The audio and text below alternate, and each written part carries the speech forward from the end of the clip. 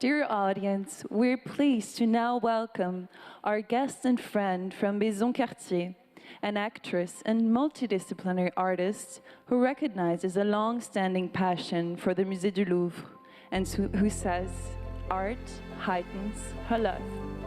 Dear guests, Amira Kazar.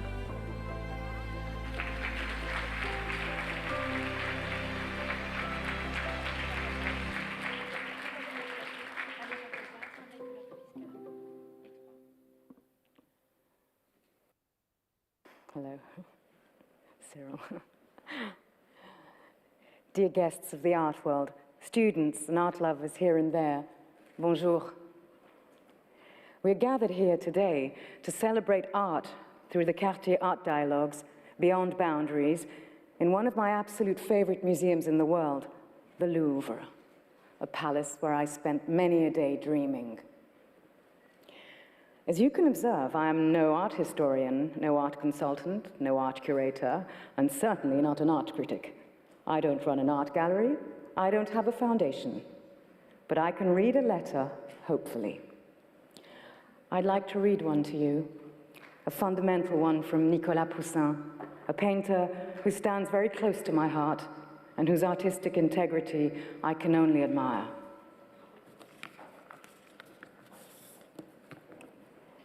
Nicolas Poussin to the art collector Paul Fréard de Chanteloup, Rome, November 24th, 1647. Ainsi, à l'imitation des peintres, des poètes et des musiciens de l'Antiquité, je me conduis. C'est ce que toutes les peintres devraient toujours avoir en vue. C'est aussi ce qu'on doit observer dans mes ouvrages, dans lesquels, selon les différents sujets qu'ils traitent, je tâche non seulement de représenter sur les visages des figures les passions différentes et conformes à leurs actions, mais encore d'exciter et de faire naître ces mêmes passions dans l'âme de ceux qui regardent mes tableaux. For Poussin, emotion must circulate between the characters in the pictures he creates and the souls of those who observe them. What he says to Chanteloup, and what ultimately he implies, is that art is the transmission of affects transcending time and space, a common language, and one that is universal. The moving finger writes, and having writ, moves on, wrote the Persian poet and mathematician Omar Khayyam in the 12th century. The curators of the exhibition Cartier and Islamic Art in Search of Modernity, which has just opened at the Dallas Museum of Art, introduce us to the notion of circulation in style and creation. For example, how the decorative design of a 15th century copper and ivory pyxis from Sicily belonging to the Louvre, which was seen by Cartier's designers, inspired the Persian cigarette case of 1924. The aesthetic languages are similar and work equally well in the contexts both of Islamic art as in that of the Art Deco movement. And so, you see, the moving finger moves on. Styles and influences still nourish the contemporary artists who come to the Louvre in order to fuel their creative inspiration. And that also applies to those artists who have created works for the museum's permanent decors. Artists such as Georges Braque for his Les Oiseaux ceiling in La Salle Henri II, Anselm Kiefer in the Egyptian department, Cy Twombly and Jean-Michel Otoniel, who imagined his Rose du Louvre by looking at a rose by Rubens in the Galerie Médicis. All these artists have observed the works of their forefathers, as did indeed Manet and decades later, Picasso. In the 19th century, Eugène Delacroix admittedly said that it was not by his master Guérin, nor at the École des Beaux-Arts that he learned the most. It was at the Louvre itself.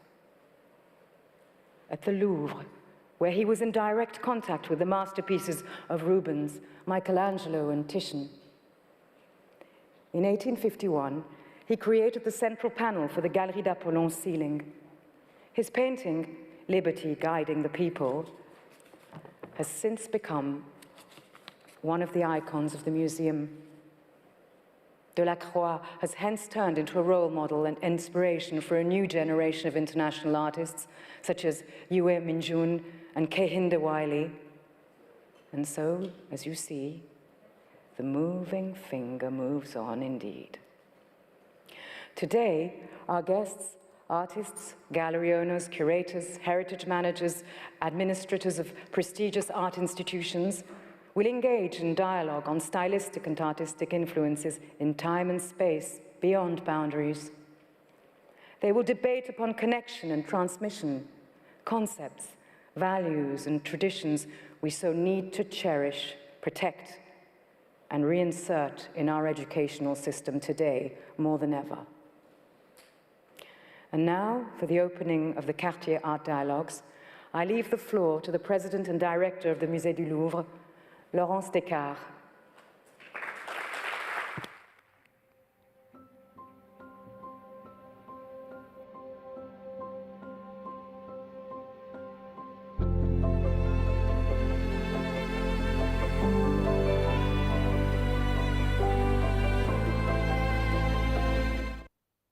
Vigneron, Monsieur le Directeur, cher Pierre Rénéraud, Mesdames et Messieurs, chers amis.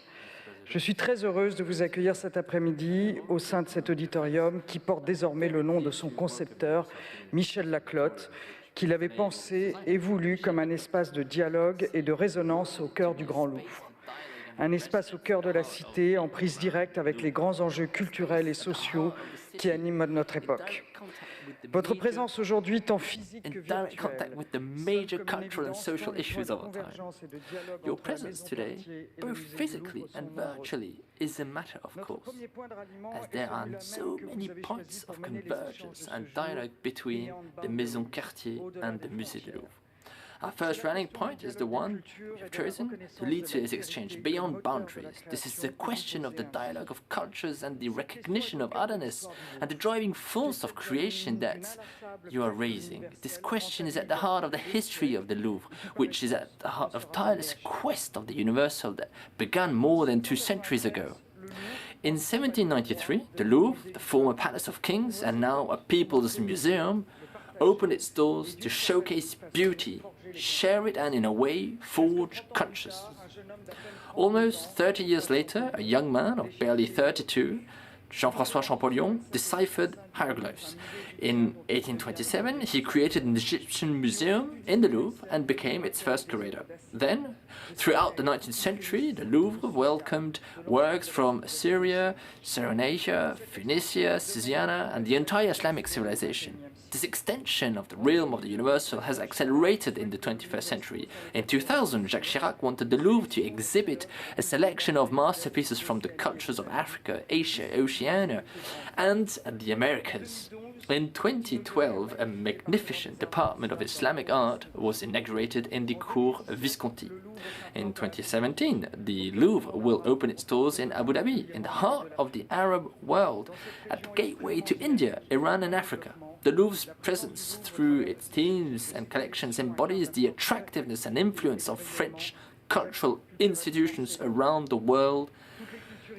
All cultures are presented for the first time in this region. No hierarchy is imposed on visitors. All collections are presented on an equal footing, whatever their origin, in real and free dialogue.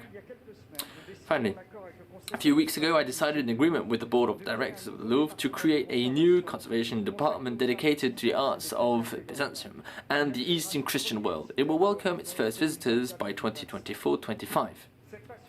This passion of otherness, travel and exploration is also at the heart of the DNA of the house Cartier, la Maison Cartier.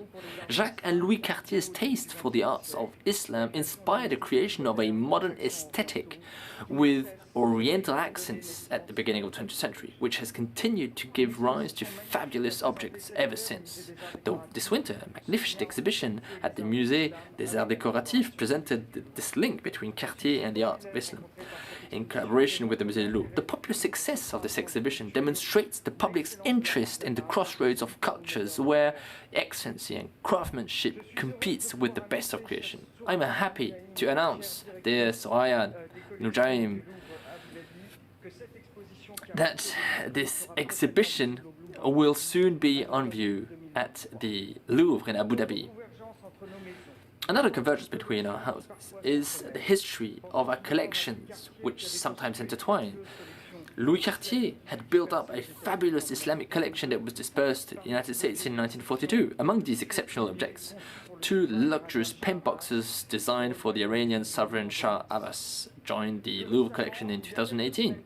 More recently, a few weeks ago, Cartier, in support of our Tous Mécènes operation, all sponsors, enabled the Louvre to acquire a piece of goldsmithing of unprecedented refinement dating from 1600, which have been part of our collections. I want to thank you, dear Cyril Vigneron, for this mark of generosity to the Louvre Museum. As you can see, our histories are similar because our houses, each in their own way, are committed to showing the best and most beautiful things that each civilization has given to the world. Finally, I have to talk about another important point we have in common with Cartier.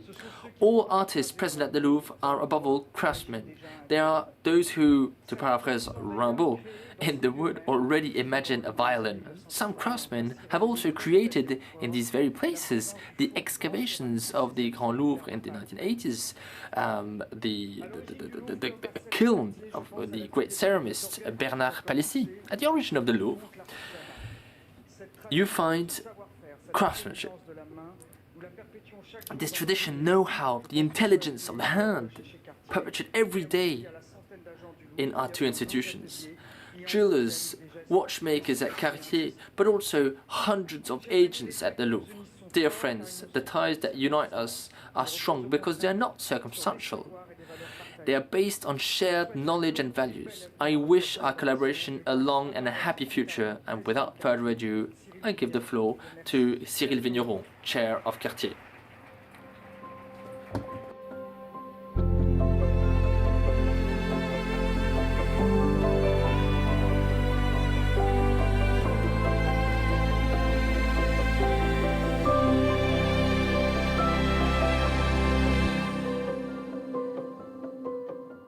Friends, ladies and gentlemen, good afternoon, good evening. It's such an honor to be here in Le Louvre, a Louvre which is a world in the world, and which is so dear to our hearts because it's always been there in our lives.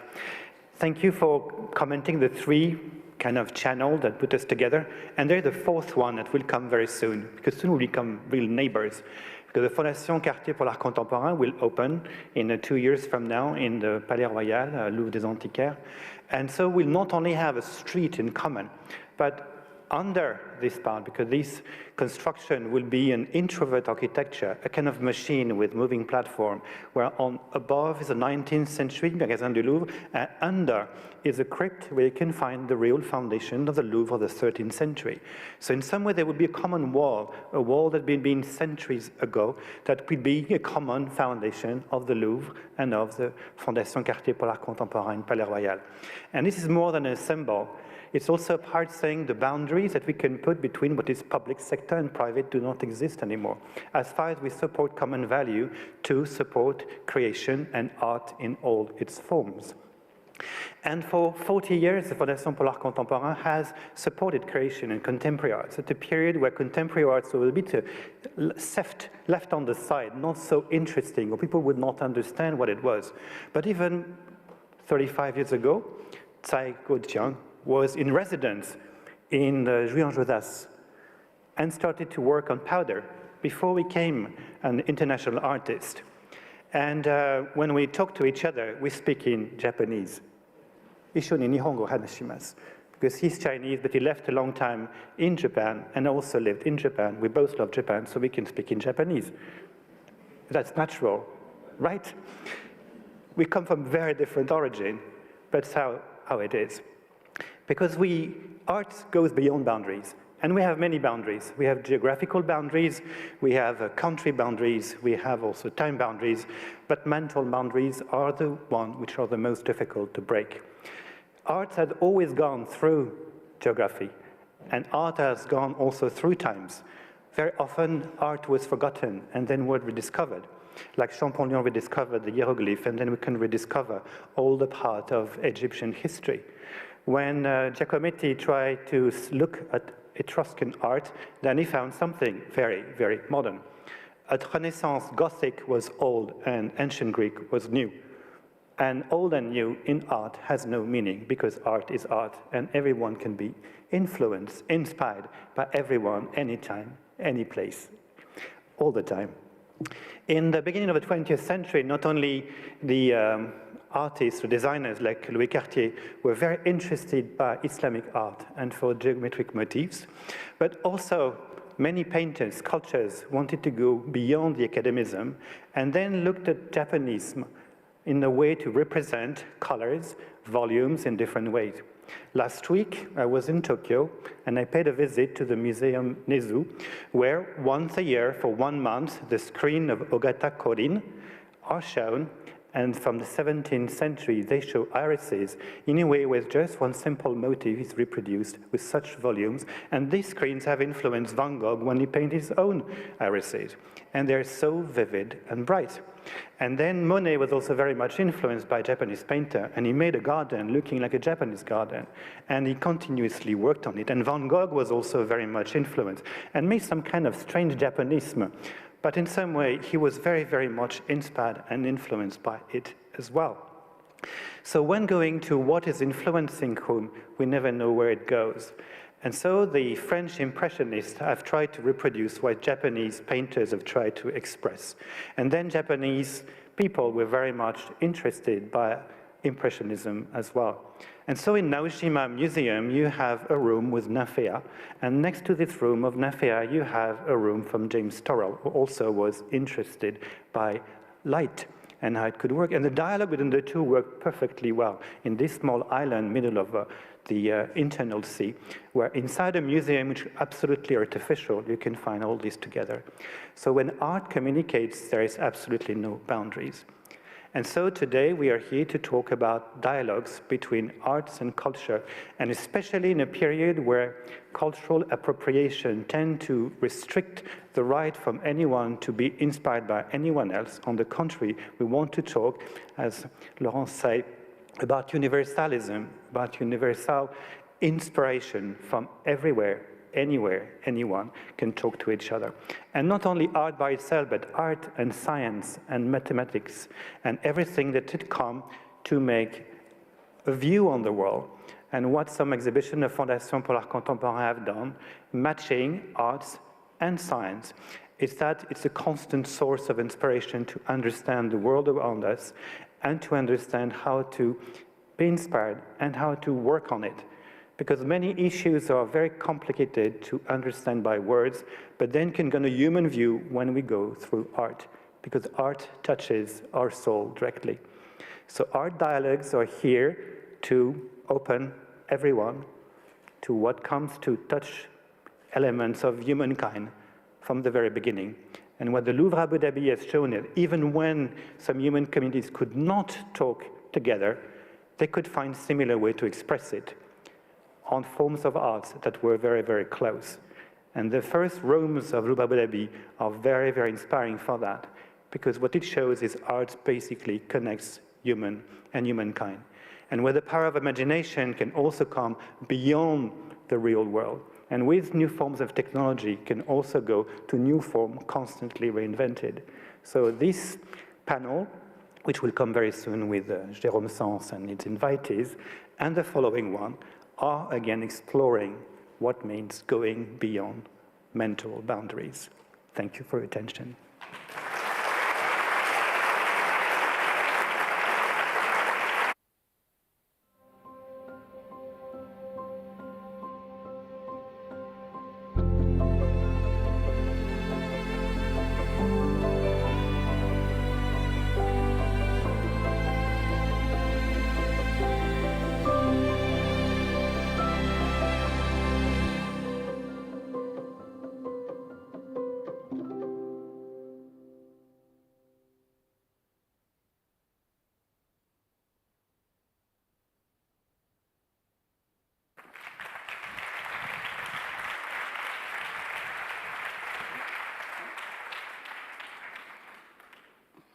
Thank you. Thank you, Cyril Vigneron, for all those words. Hello, ladies and gentlemen. Welcome again to the Cartier Art Talks around the topic Beyond Boundaries. What an issue today, beyond boundaries. We will explore today the question of artistic and cultural interactions and their influences upon creation. I will be discussing it with internationally renowned guests that I have the pleasure to have with me here today. They are world adventurers, really expanding. And they are not just international people, but expanding at the crossroads of various territories and practices. So I have the great pleasure to introduce you first to Liz Elizabeth Diller. She is a very renowned architect, born in Lodz. She moved to America very young and studied first art at the Cooper Union School, but she studied as well architecture there with Riccardo Scofidio, with whom she co-founded the internationally renowned and interdisciplinary architecture studio named Diller, Scofidio and Renfro. Next to her, Simone Menezes, amazing lady as well, is an Italian-Brazilian, now Paris-based visionary musician and one of the top best orchestra conductor. We could give her a little applaud. From Sao Paulo to Paris and from there to the best concert halls around the world, Simone is known for gathering talent between music and other forms. Next to them, to the next coach, Marianne Ibrahim. She would need as well another applaud. She's a French-Somali eponymous gallery owner focusing primarily on African and African diaspora artists. Born in New Caledonia, she settled, imagine this, first in Seattle. What a courageous lady. After which she moved to Chicago to open her gallery there. And recently, she opened a gallery in Paris, not so far from here, in the prestigious Avenue Matignon in 2021. Last but not least, we have the immense pleasure to welcome one of the most important artists of his generation. I name here Mr. Tsai Guo-Qiang. Another applause, thank you very much. Chinese artist based in New York since 1995, after living in Japan for after 10 years. He made a name for himself when experimenting with gunpowder painting in his hometown, Guangzhou, and continued exploring this practice through public explosion, events, performance around the world.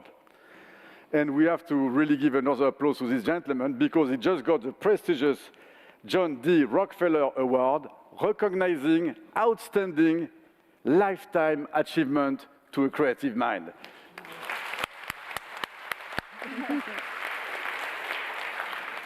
I will say a few words before starting the question, if you don't mind, with my fantastic English accent.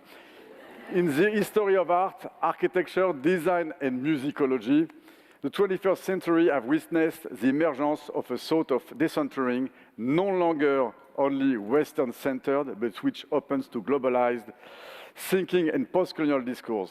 In Tout Monde, you know this book from Edouard Glissant, refers to it as a vast process of contemporary creolization that he defined as a crossbreeding of arts and languages that produce, which I love this word, the unexpected. A space where dispersion allows to gather, where the clashes of culture, disharmony, disorder, interference become creative. So my first question will go to my dear long-time friend, Mr. Tsai Guo-Qiang, which I have a very close relationship with Cartier as well since 1991. I met him 2 years before, in 1989, in the south of France. And I would like to start this debate with a quick question of the relationship between local and global culture. Often ephemeral and monumental, your work reflects a religious, philosophical, and aesthetic tradition that is thousands of years old, firmly rooted in the three spheres of Chinese thought: the sky, the earth, and the human. How do you link these three dimensions in your work and translate such Chinese philosophical concepts in order to make them reach a contemporary globalized audience. OK， 我先给大家看几十秒视频，比较不会午睡打瞌睡。I would like to first show everyone a short video clip so that I can cheer you up a bit. Shall we play the video?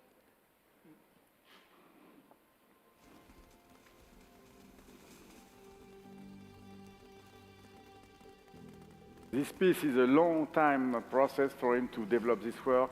It took him, if I don't make mistake, a decade to build it. It's called the ladder, from the earth to the sky.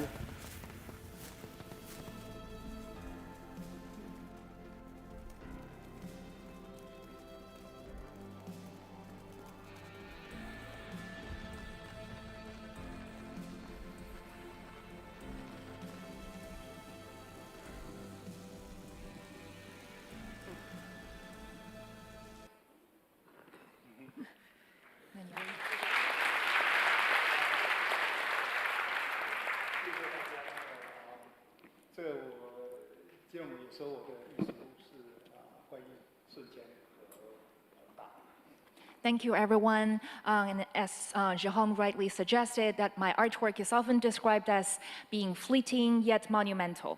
但我的宏大作品的后面，其实在追求一个转换和变化的能量。But I often feel underneath such kind of qualities, I actually have been pursuing the energy underneath changes or transformation. 刚才建龙也说了，易经其实易经这个易就是关于变化，这个不变就是宇宙是变化的。Jerome also mentioned that I Ching, Book of Changes, actually Yi in I Ching translates as changes, and change is the perpetual truth of cosmology. 就讨论世界万物都是会变化的，这 And 是它不变的真理。And this book of changes discusses the fact that everything in the universe is changing, which is the truth. 所以我用火药在创作，也是在寻求能量还有时空的转变。So I use gunpowder as my artistic medium. It's a way to embody the change of energy and the change of time and space. 所以科学家朋友们也都在研究那个95%的宇宙里面是暗黑暗和暗能量。其实这些也在规定着我们这个宏大的大千宇宙，影响着。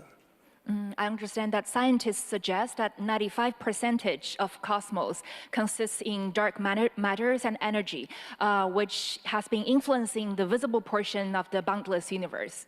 那接着我们还谈到，我很重视这个天地人。其实这一个刚才放这个天梯，就很表现了天地人，然后也表现了我从小对这个人与自然是一体的。As Jerome mentioned, that I've been caring about this notion of the unity between man, heaven, and earth. This explosion event, Skylighter, that I just showed you is maybe a good reflection of such kind of notion. And I care about this notion and unity between man, heaven, and earth since my childhood. 这就是用看得见表现看不见的世界，是我的作品重要的一个追求。And in fact, what I strive for the most among my artistic methodology is to try to use tangible means to convey and express the unseen world. 我从小也受到我家乡还有我家人、我奶奶的影响，就很注意风水。Since my childhood, I've been influenced by the feng shui culture in my hometown, in my family, which I indeed care about feng shui, the flow of energy. 就风水如何把握这个大自然和人的关系，创造一个和谐生存的环境。Feng shui is about how to maintain the balanced relationship between man and nature in order to create an harmonious living environment for man, heaven, and earth. 所以我利用这个风水的这些观念表现，可以从看美术馆的空间呐，它的包括时间呐，然后等等，来思考怎么利用好这个环境。And feng shui has informed my creations in the sense that it helped me understand or grasp the energy flow within a space of the museum and how to make the best out of it. 调动作品的能量，同时也调动参观者的能量。It helped me mobilize the energy of my creations and artworks, and also mobilize the energy of the audience as well. 这样就跟观众的互动产生共情点。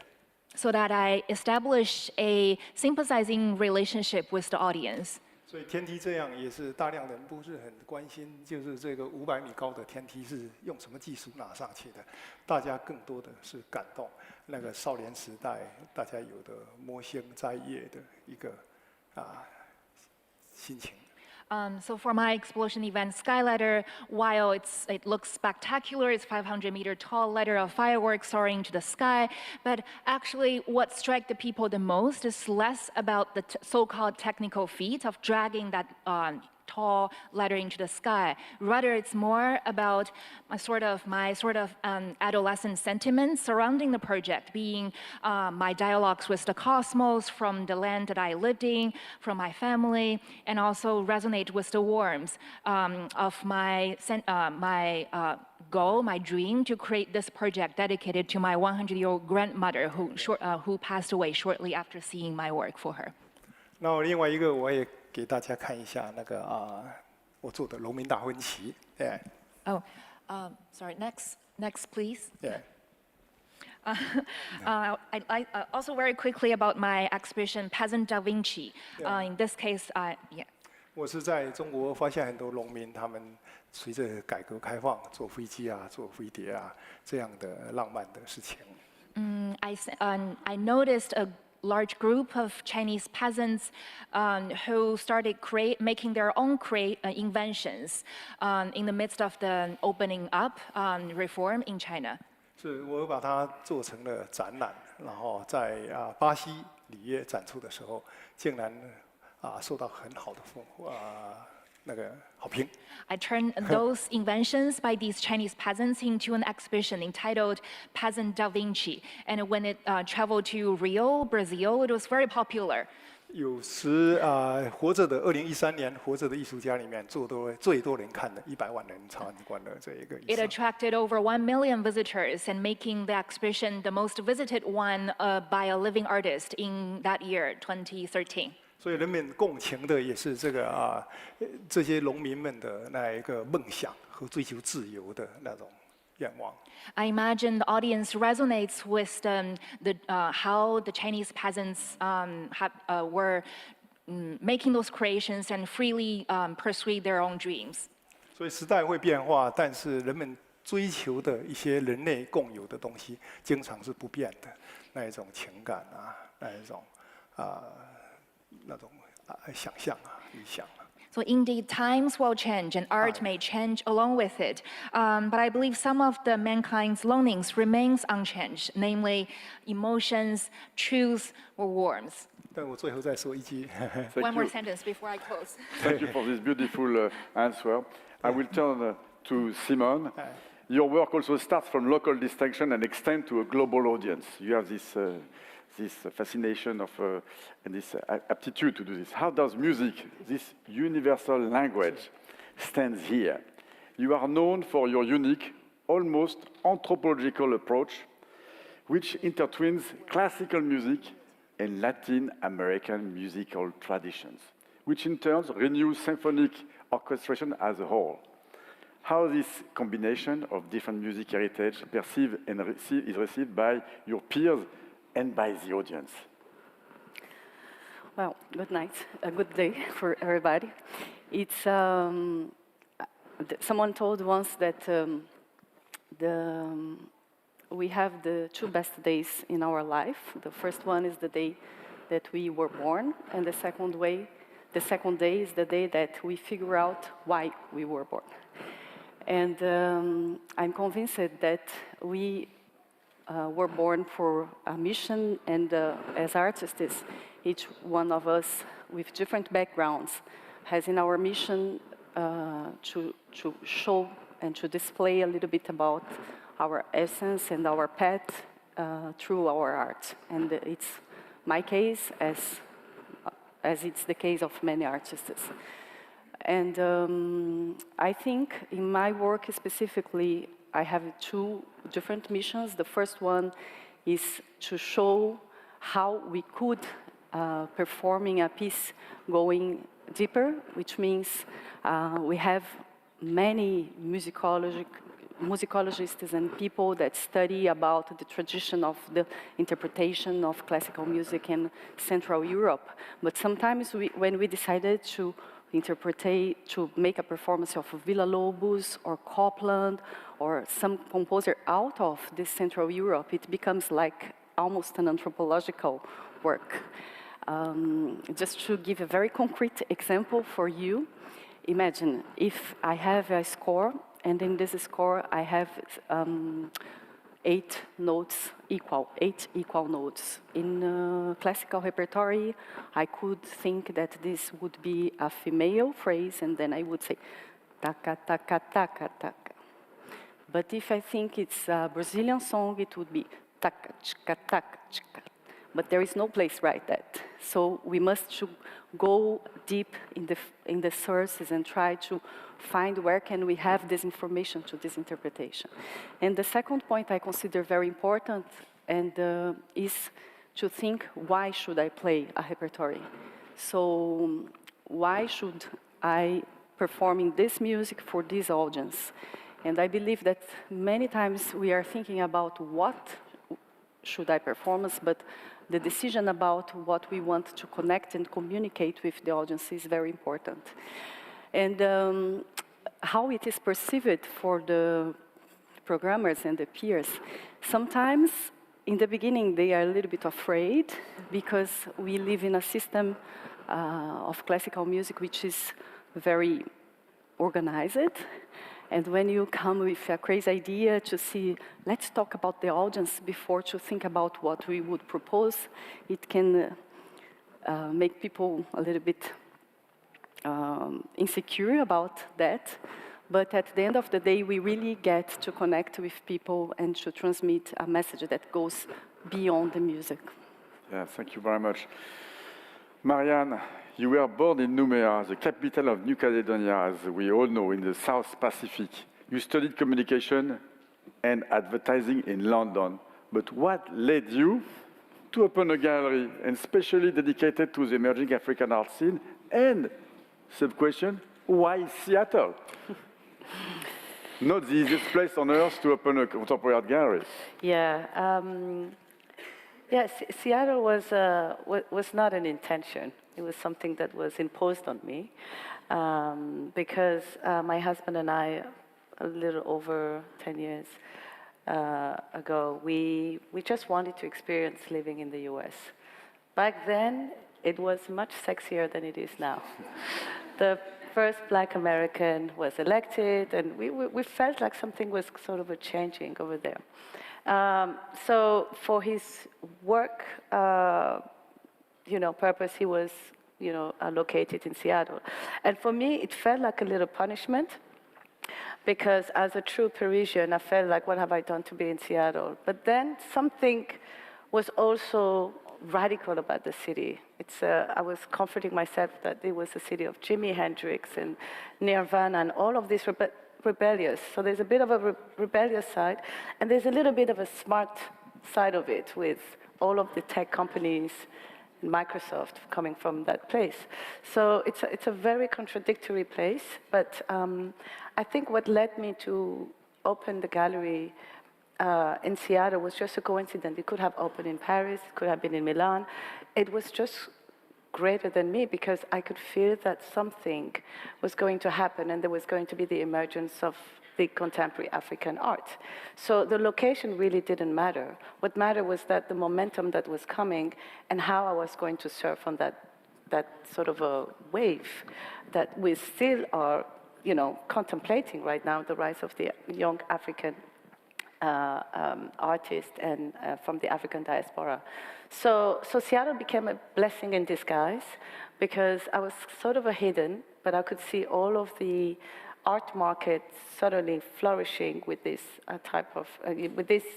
group of artists that were a little bit, disregarded. They were a little bit, not included in the conversation and in institutions. And so by exposing the artists, and also I have to if the artists because I've sent them the link. If they're listening, I want to also applaud them for trusting a gallery in Seattle, showing their work there, because they could have been showing with other, in other spaces. But what it gave me really is the focus and the research and the time. And the images that you're seeing as they unraveling is also to show that the artists are constantly in conversation with the art history and the past, and that they basically have constantly been looking at the art history as a point of reference. They're not interested in mimicking, but just to use the subject into the work. So here we have two examples of two different, couldn't be more different artists. Ayanna Jackson, who is a photographer who's African-American photographer based in Johannesburg on the left side, who replicated the painting of Monet in the Déjeuner sur l'herbe. And then on the right side, we have a self-taught artist who is based in Kampala, Uganda, who also has, until 6 months ago, I've never been to any museums in France, suddenly, get very much inspired and sort of replicated the Grand Odalisque from Ingres.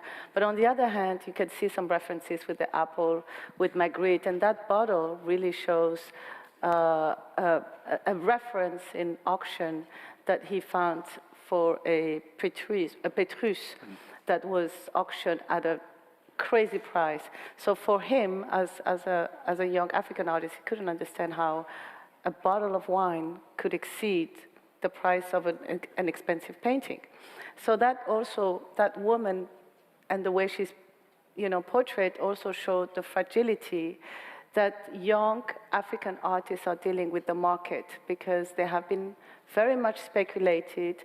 They haven't received the attention of the institution. They haven't matured their signature, and yet the global art market is just grabbing them and just, putting out there in the market. So I think that image is really translates very well the struggle that the artist is dealing with, but also the galleries in protecting them, in making sure that they have a longevity. So while I was in Seattle, I sort of, after 7 long years, I kind of had like, okay, it's enough, I have to move, I've done my part of research, it's time for me to go to the action, and I've scouted a few spaces, and I decided to establish the gallery in Chicago. And to me, Chicago meant, the right place for this kind of art, because great living artists live there, and there are great institutions. And so the place of Chicago solidified my program, and also created a much stronger relation and audience engagement. And then, 2 years later, I couldn't resist the calling of Paris. So it became a homecoming, and I decided to open the gallery in last September. Yes, we are very happy that you came to Paris to consider us. And I have to say, we are so lucky to be French for once in our history for a long time. And we are in one of the most prestigious museums. And Paris has right now the most interesting cultural offer in the world. I'm sorry, I want to say that because it's something that it's a very beautiful sign that you came to Paris where 20 years ago, all the artists and galleries wanted to leave and go to America. But from Chicago, which is one of the very interesting and dynamic city, which is a museum of architecture, I will turn myself to Elizabeth Diller. From MoMA to the Shed, what cross-cutting museography thinking approach have you imagined for designing resolutely contemporary art institutions? How do you work in designing museums which are repositories of works like the V&A storage, and when it comes to performing arts, which suppose a totally other ways of addressing an audience? Okay, that's a lot. These are all different institutions. Everyone is particular. So the MoMA expansion for more galleries, because the collection is huge and only a small portion could be put on display. So 30% more galleries for that museum, whereas V&A has galleries, but the storage is a problem. So how to create a new sort of paradigm of the storage facility. And this becomes an important problem, where MoMA was to produce new galleries, but to show the work in new ways, in different ways than MoMA has done in the past. In the Shed, it's a totally new paradigm, because here we're talking about a new institution, a cultural startup, that we started in 2008, prompted by the city of New York to do something different. No collection, no client, no nothing, no definition. So we, as architects, sort of invented a new kind of institution that could, and this maybe connects to the question of contemporary art and how do you design for contemporary art? So contemporary art, by definition, is always changing. It's always in flux. And architecture is the most inert, permanent, expensive kind of form. So how do you design for something that's always in motion, a moving target? And it's, I would say that we're still thinking about it, but for sure, flexibility is extraordinarily important. The Shed was conceived with only the notion that gravity will always exist, electricity will always be needed, artists will always need space of different sizes, maybe with a little acoustic control and a little sound control, a little light control. And, so the problem is flexibility without becoming generic. That is, flexibility with architecture that has actually a position, expresses itself, marks its time in history, and also speaks to its own discipline. But you're not just building markers in cities, you're building objects that are almost aliens. They are beyond architecture, they are beyond use. I'm thinking right here in the High Line. I don't know if all of you have had the chance to go in New York and to see what they have done, requalifying this old suspended railway line in New York. It's 2.4 kilometers long from 34th Street to the Whitney Museum, and creates now a place where everybody goes, not just because it's touristic, because you created something magical beyond architecture, an architecture with no architecture. Yeah. And it's something that people share together with different art pieces program in this line, and you are seeing New York with a new pair of eyes, with a new fantasy that was not existing before, because meatpacking was not the most sexy place on earth in the 80s, if we remember how it was. So my question here, how do you work in synergy with artists, urban planners and architects on this amazing large project, which extends, as I said, from meatpacking to Manhattan? Yeah, well, so the High Line actually does have a precedent, the Promenade Plantée, but it's not that well known anywhere else in the world, whereas the High Line is now somehow has become very, very well known. I think it was a little bit of naivete, and some citizen activists that saw the possibility. And the original thought was to take this post-industrial site, really all the meatpacking has pretty much gone. It was an empty sea of parking lots. And to imagine on this piece of obsolete urban infrastructure, the possibility of going out, taking a walk, going to a park, different from Central Park. And so we thought that because there are no green spaces in the area, we thought that maybe 400,000 people a year would come. So pre-COVID, 8 million people came to the High Line, and just in 1 year. And not only that, but it prompted all this growth around, which we think is too much growth. But it also prompted policymakers all over the world to imagine new uses for infrastructure, obsolete infrastructure like highways and railroad tunnels and all sorts of linear places. And I realized there's a couple of things that are very, very important that this brings up. One is we sit in front of screens, we think public space is finished. It's not. People still love public space. And the second thing is that we're always doing something. We're always active, and if we're not shopping, or if we're not on our computers, we're losing calories in the gym or something. But at the High Line, you do nothing. You can't do anything but walk or sit. And it's a discovery for, I think, contemporary urban audiences to just do nothing. And so I think that's the magic. Yeah, it's very good. Tsai, let's go back to you, because you're as well another success maker. I remember your show at Guggenheim was destroying any numbers of any artist before you. You had the largest audience ever. It's unbelievable. Your work is also based on encounters and collaboration, whether it's a renowned geomancer in China with Taoist shaman from Sichuan, or with connoisseur, as you said, master feng shui, or Chinese pharmacopoeia. How does this collaboration nourish your work, which is based on constellations of references and fields of varied and extra artistic knowledge, as we said, Chinese medicine, philosophy, cosmology, from different civilizations? 因为我们时间看起来越来越少了，我尽量说得快一点，你翻译也快一点。I know.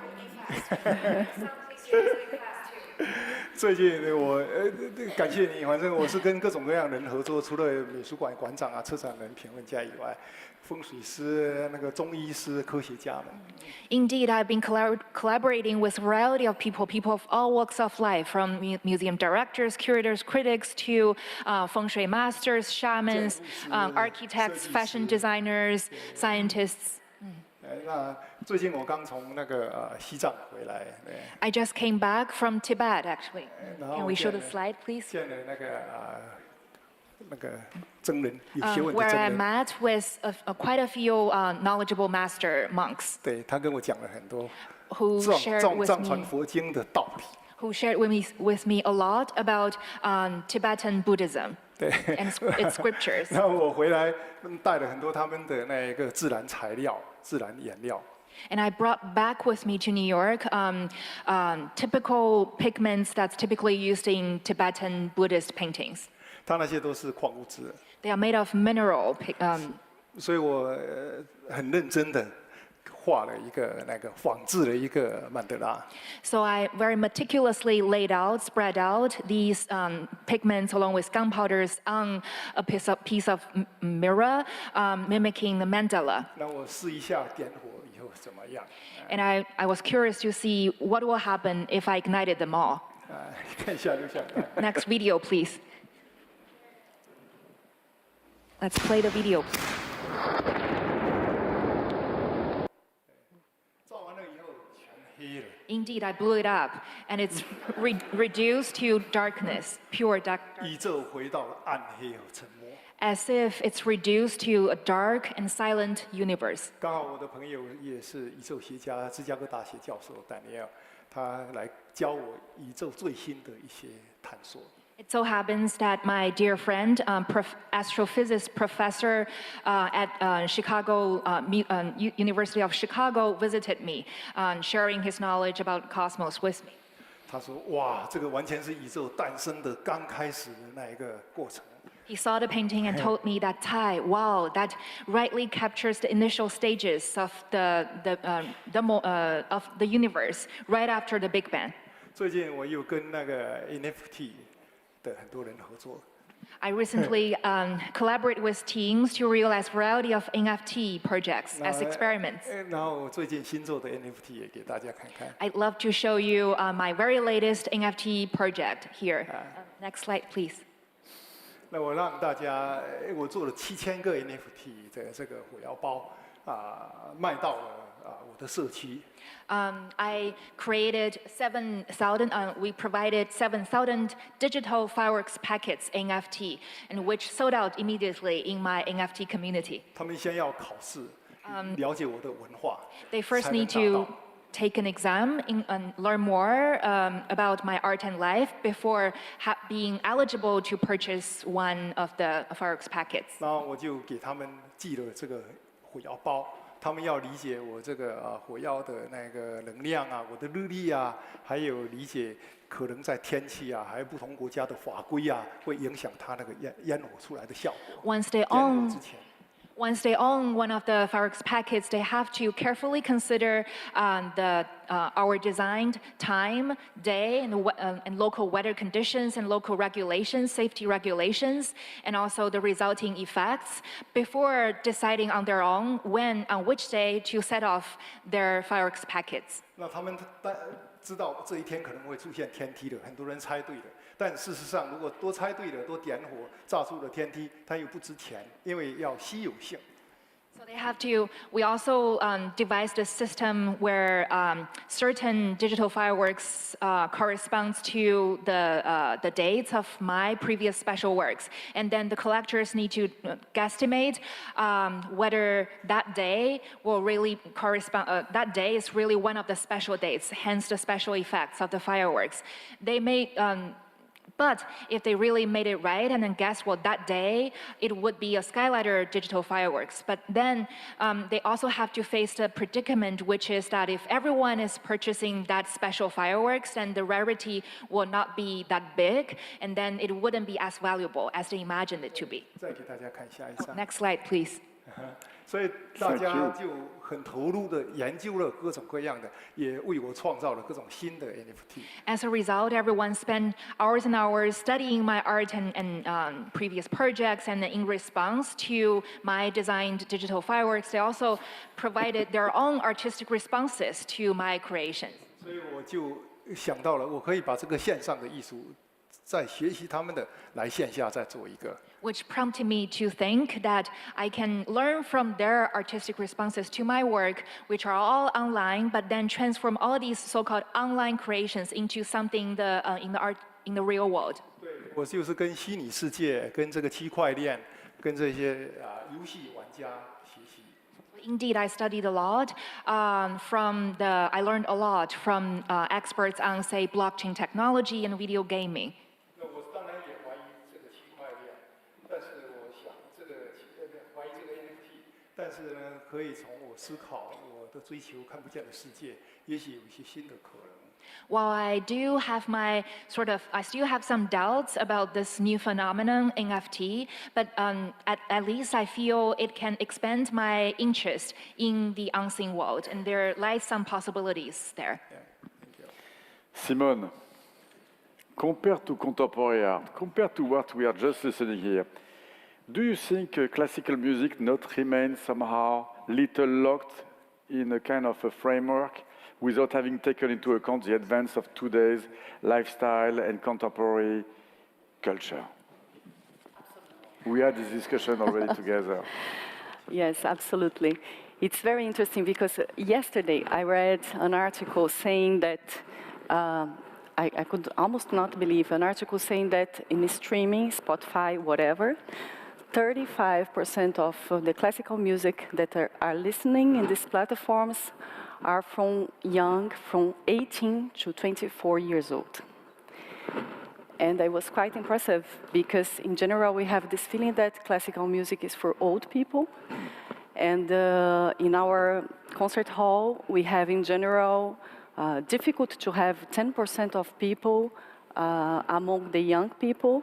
So which means that there is some spontaneous desire to look and to discover classical music, and sometimes we are not ready to connect with them for a few reasons. Just one example, it's the time question. So if we have a symphony from a composer like Shostakovich, we have a symphony with 45 minutes.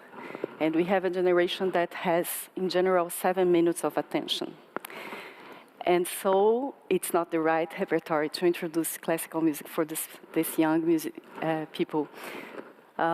So we need to put ourselves questions about how we can really communicate through classical music with the young generation, considering the lifestyle that we have today. And then once we get this connection, we are able to open door and to let them met and learn about other things. And the last point that I think it's very important to point also, it's that sometimes classical music communicate with the people with like with an historical approach, which means you go to a concert and then you take a book that say this composer was born in this year and he composed this music in the summer of 1926, and but information is available for this generation. They can, if they are interested, they can look at in Google in the middle of the concert.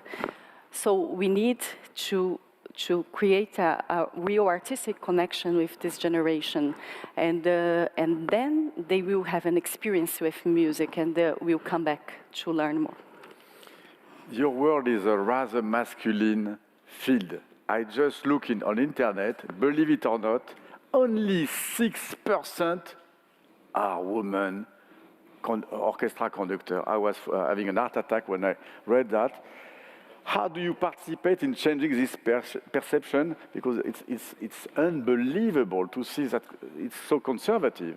Yeah, actually, it's a historical process. You know, can you imagine that in the 70s, we had in orchestras.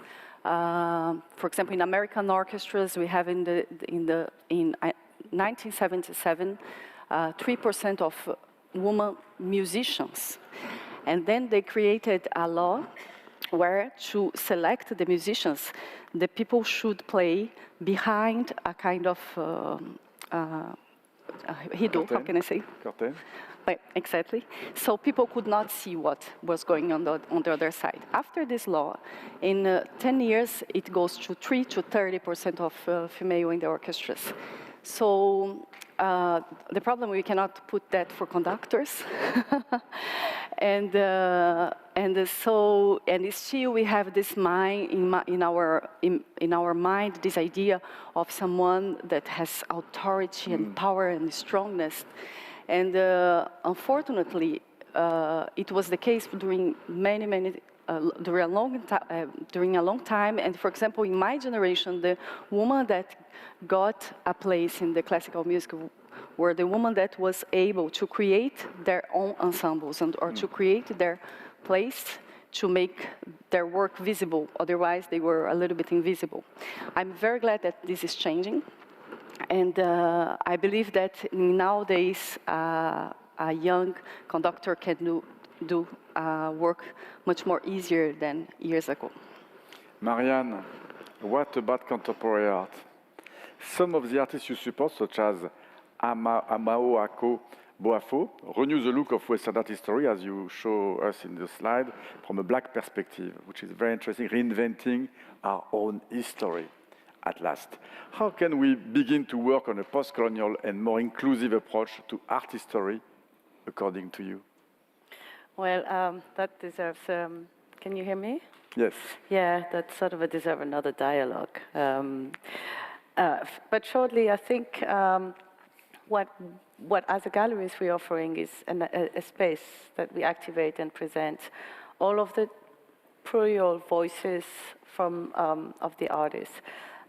Inclusion is a big word, and on the other hand, you know, we have to think about what are we including? Are we including the past, or are we including the future?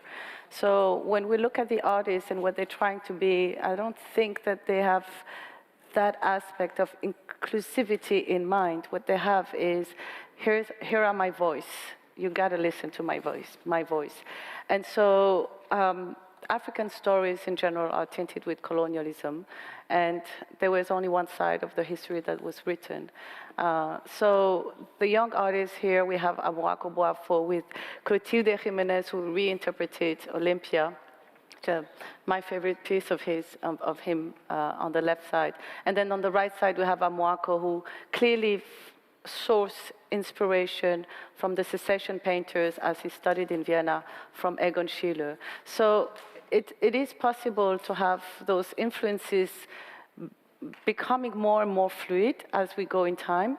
And I don't think there is a revendication of the artists to be African, to be black, to be... I think the revendication comes really from an intellectual perspective, from as well gender, and also their presence as contemporary artists in the main scene. So even the term of black perspectives, has to be juxtaposed with white perspective. So, it's a very an important debate that, unfortunately, the artists are on the forefront of it, but I think it's the critique and the institution who have to create the spaces for these artists to be involved, and that also concern including them in their future, which means either commission or inviting them to revisit the work. And here, the last work is the work by Raphael Barantini, who is actually our only French artist, which is a shame.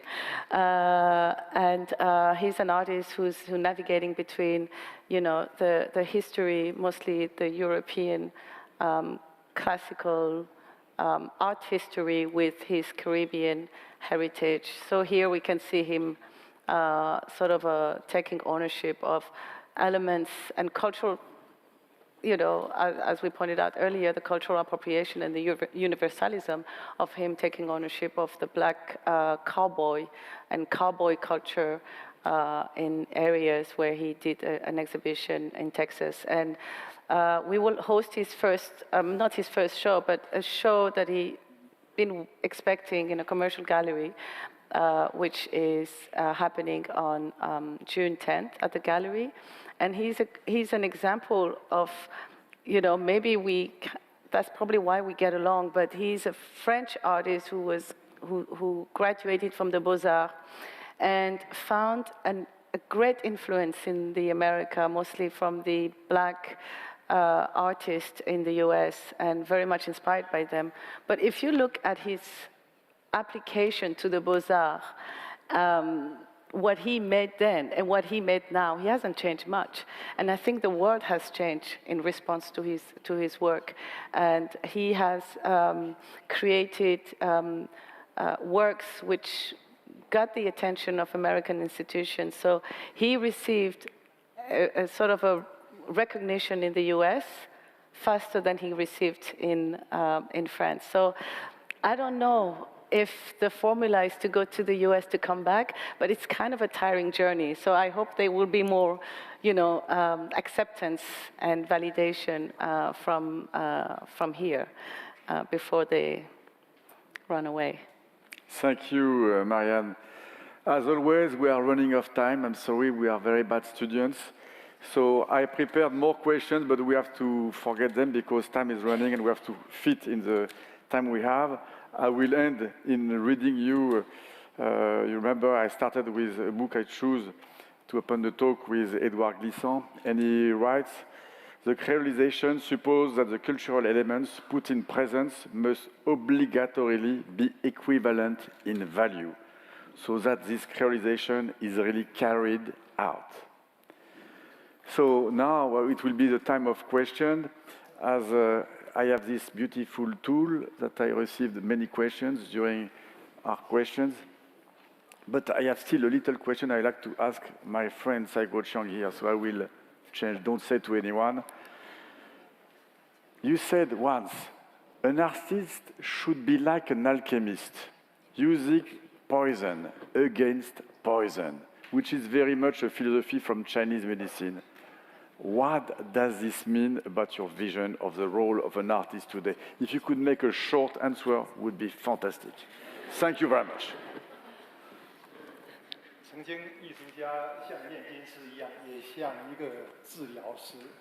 At one point, artists were just like alchemists and also a healer too. Of course, artists first, they have to express or present toxicity. In that mankind, by nature, are flawed and then, in a sense, toxic too. So, indeed, artists should be allowed to the right degree, express this toxic nature of mankind in certain way. But nowadays, the whole world is mainly about being politically correct. What we think, what we do, what we create, they all have to be politically correct. And what we communicate has to have lots of sense. And look decent, and that can please everyone. So as a result, one major issue of artists today may be it's harder for them to use poison to conquer poison. But maybe I'm now thinking, maybe political correctness may be a toxicity itself. Okay, thank you. I think what our friend is saying now is art could change the world. If we had more culture everywhere, culture could help us to understand our differences. Because when you go to a concert conducted by Simone here, if you go to Highline that our friends did here, if you go to Marianne Gallery, or if you go to Tsai Guo-Chiang exhibition, we are all together like we are here with no more differences. We are vibrating at the same tone. It's what culture is talking about and the poison is talking about here. So I have received few questions from people here. So Simone, I have a question for you that I received from someone with no name. From Chiara. Chiara asks you, as a woman, do you think you share classical music mainly created by men's artists differently? If yes, in what ways do you do it?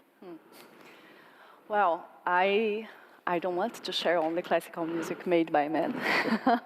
I do a great effort to discover and figure out the classical music made either by women, and historically it is a challenge.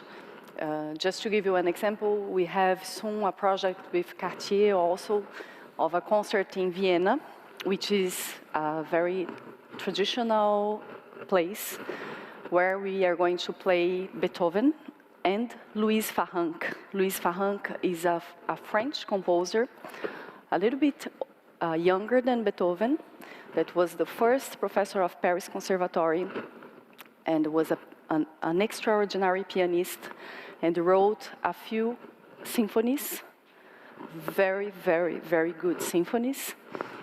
And in her time, nobody wanted to publish her music, so she created a published company to make her music play it. And now we rediscovered this female composer and say, wow, what's this music? How could we forget this person? And it's my role, as the role of many other people, to figure out and try to make this amazing woman also be on the map. Marianne, Sophia asked you a question. How would you say your practice is evolving with the emerging technology? I'm not talking about NFT.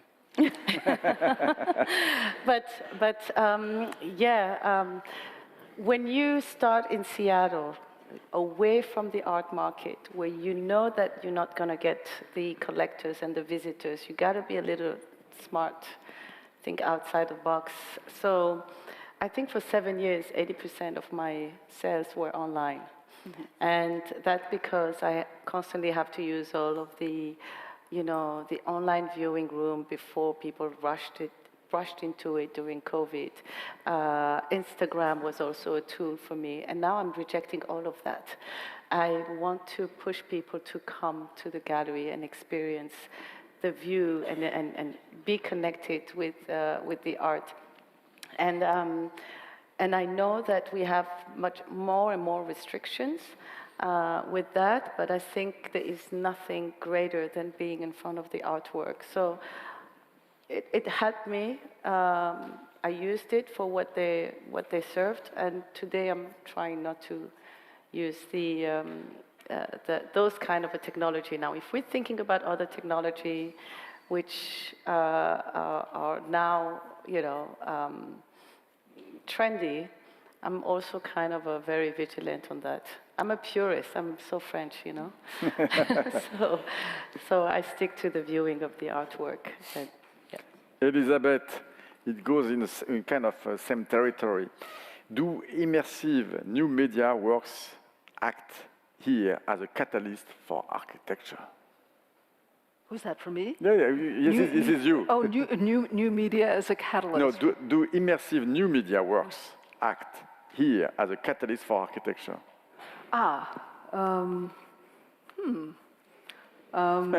They have good questions. New media as well, immersive.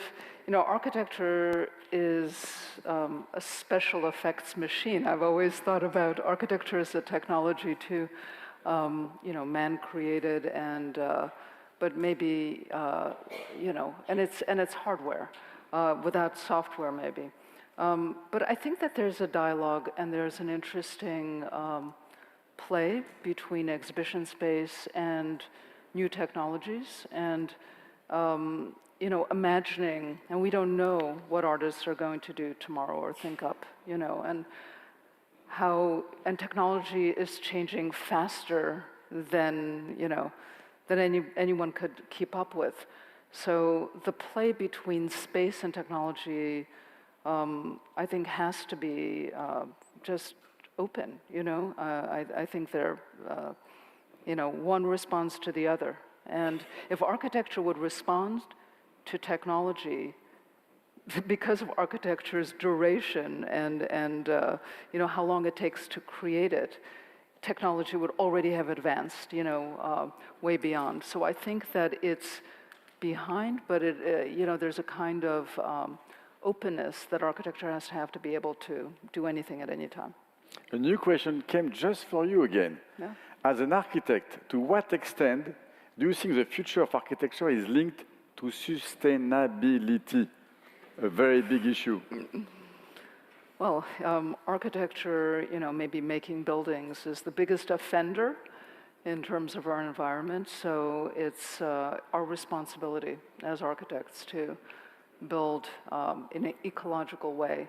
But that means lots of different things. It doesn't always, it means, you know, better equipment. It means better materials, sustainable materials. It means passive systems, not just technologies, which means opening a window. It means green space in cities. And it means, you know, what you brought up, the notion that we're such a wasteful culture and we go through things fast, that the notion of adaptive reuse, rethinking what we have in new ways, is something that architects have to be very, very creative about. A question for Tsai. What is the relationship between the time of production and the time of imagination?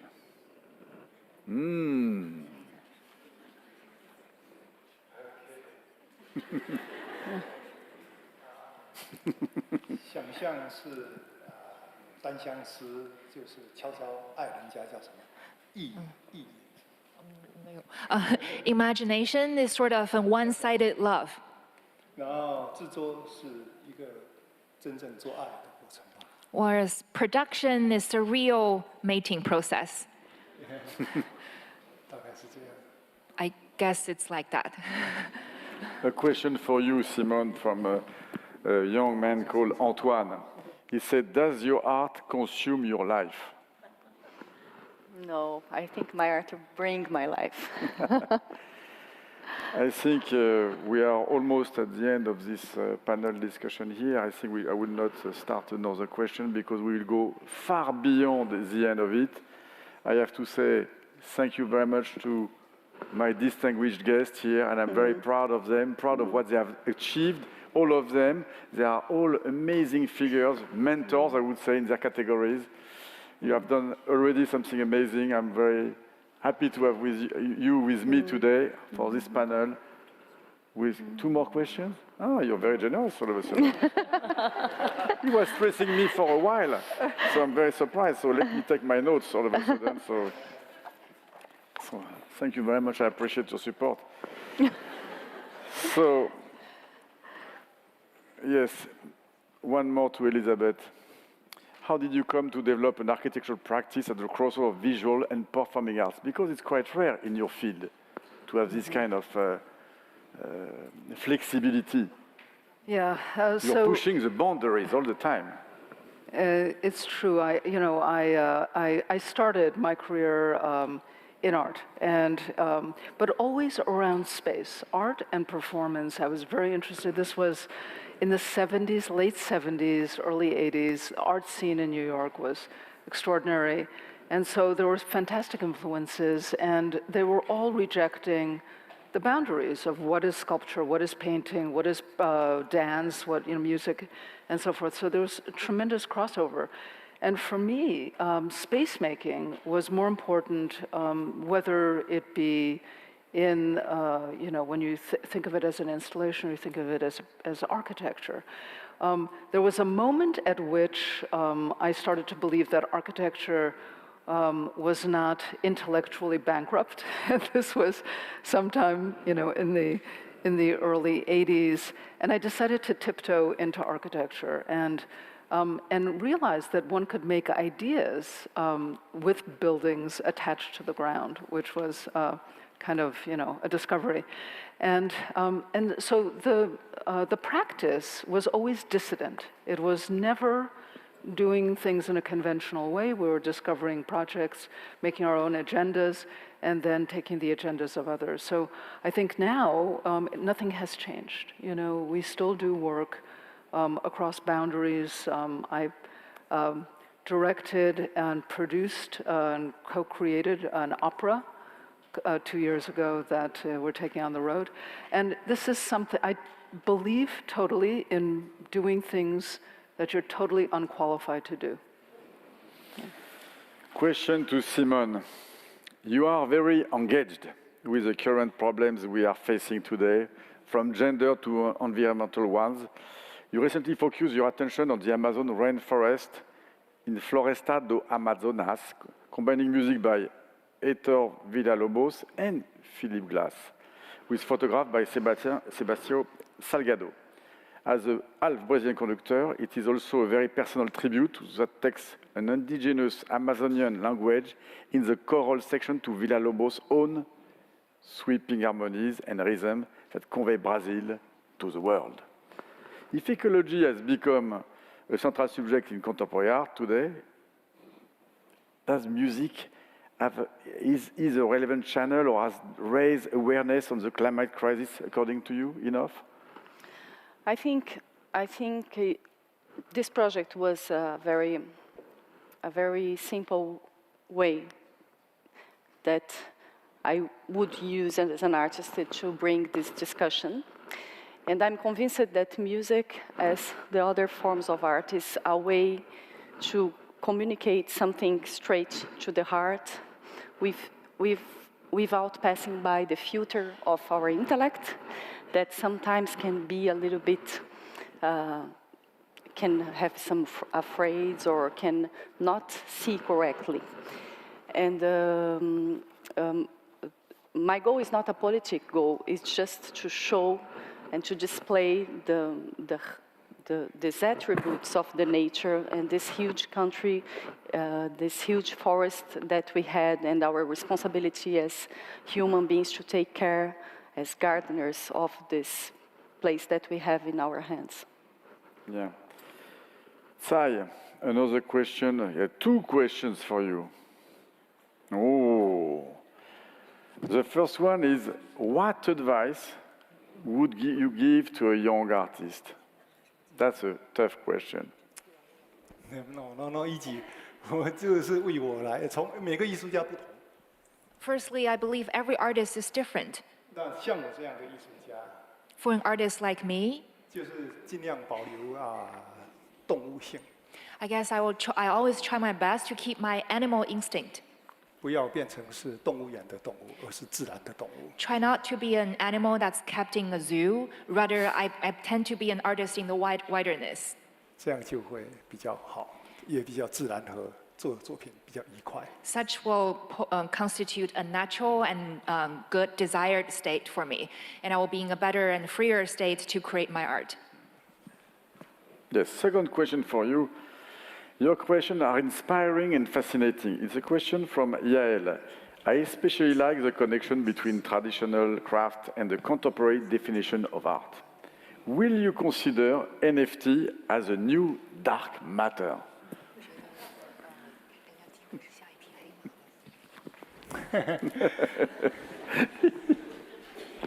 艺术史的这个规律，没有，OK， 按如此，艺术史的规律对 NFT 我想也会一样的。I believe the laws that's applied to art history will be the same for the arts to come. 先要有艺术家，要有作品。 Firstly, there has to be an artist and artworks. 然后就有评论家，还有美术馆。 And then would come art critics and art museums. 所以在我们的时代，仍然要有一些很了不起的人，他们真的是能做这一些事情的人出来了。对，现在。So nowadays, still new emerging artists and art professionals are arriving. 对他们懂得做，他说 NFT 嘛，对吧？懂得真的理解 NFT 的概念和可能性。Who truly understands the concept and possibilities of NFT. 就做一些了不起的作品。 And perhaps from there burst an awesome works in the NFT world. 策展人和了不起的悉尼美术馆。 And then there will be brilliant art critics about NFT works, and then great platforms. 所以当有人经常问我们来做一个悉尼美术馆，我总是要教他们说，其实是先要有悉尼美术馆的好艺术家、好作品。 So oftentimes I'm approached by people inviting me to create a virtual platform, virtual art museum. My response would often be, well, first of all, we need great artists who create virtual artworks, and then we talk about a virtual art museum. Okay. On those notes of hopes, commitments, our conversation, unfortunately, comes to an end. I would like to thank you again, all my dear friends here, to have joined this beautiful discussion, and I would like from you to give them a big applause. Thank you.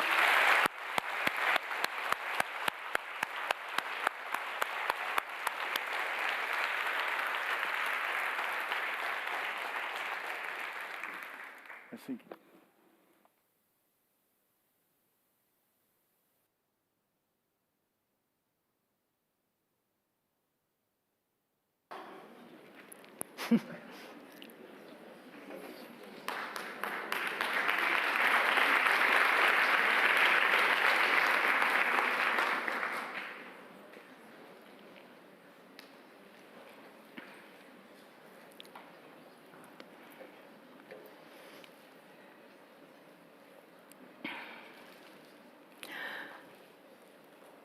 I'd like to read you an excerpt from a letter that means the world to me.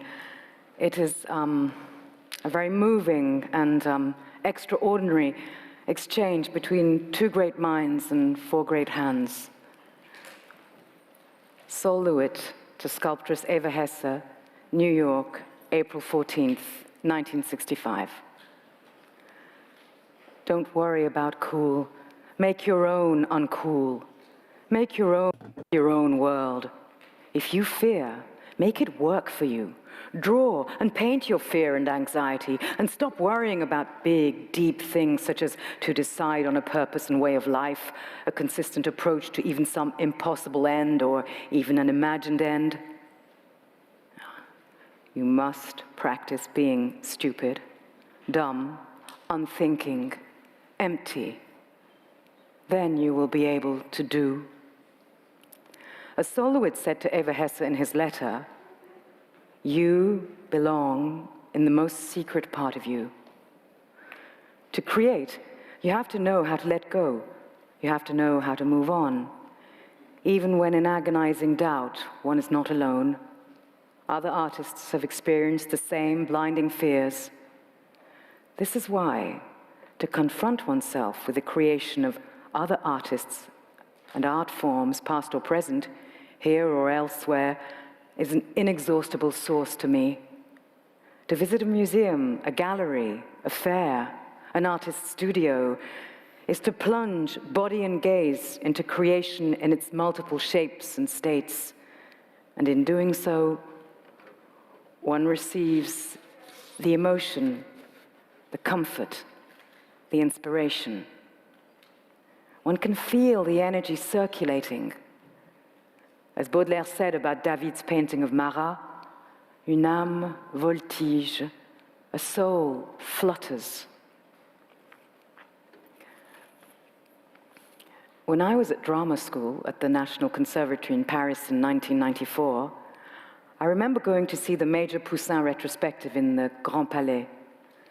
That was when I was working on the Greek tragedy Iphigenie by Euripides. I remember being drawn into and fascinated by the body language and the grace in Poussin's paintings La Mort de Saphir and Le Printemps, paintings that hang today in the Louvre. That very French elegance, that sense of restraint juxtaposed with vivid facial expressions blew my mind away. The drapings, the colors. A familiar metaphysical resonance made my entire body tremble. To me, Poussin's paintings were an imaginary theatrical set, a harmonious magma of precise emotional and geographical memories forming an eternal elsewhere, an imagined Arcadia that I, as a young actress, could plunge into.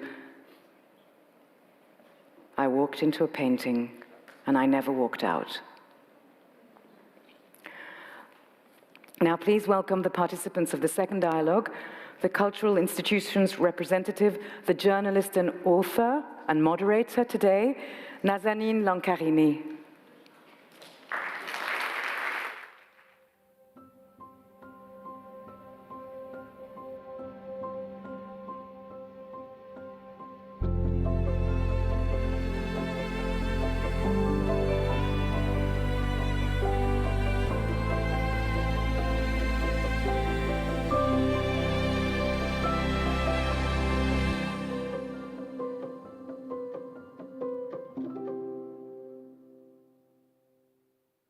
Welcome. Welcome, everyone. Can you hear me? I don't have the charming French accent of Jérôme, and we're not going to have any more explosions, but I am delighted that you could be here tonight for what I hope will be an engaging conversation about cultural influences across time and space. Earlier, you heard the very fascinating viewpoint of the artist on the influences in their own work. On this panel, we will hear a very different angle on the very same subject, presented by 4 representatives of leading cultural institutions, in which I include Cartier, who will offer their perspectives on the dialogue of cultures. The speakers on this panel are not just distinguished specialists in their own fields. They're also cultural actors. They are doers. They're shaking things up, and they're bringing a fresh viewpoint to our understanding of history and the influences that have shaped our present. In this discussion, we will consider the stylistic influences connecting cultures, artists, and artisans from China to Egypt through time, and why examining those connections matters to us today.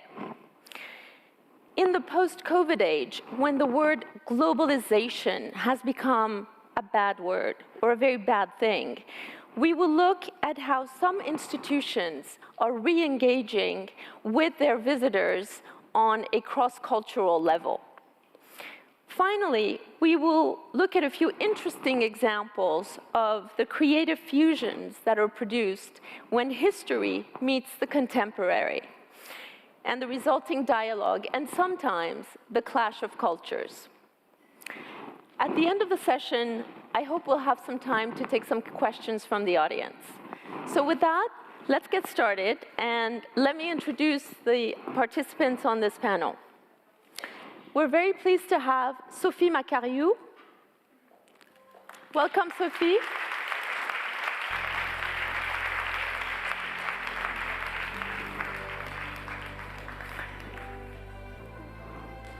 Laurent Lebon.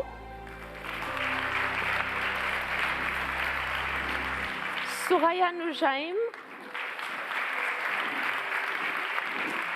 And Pierre Renero.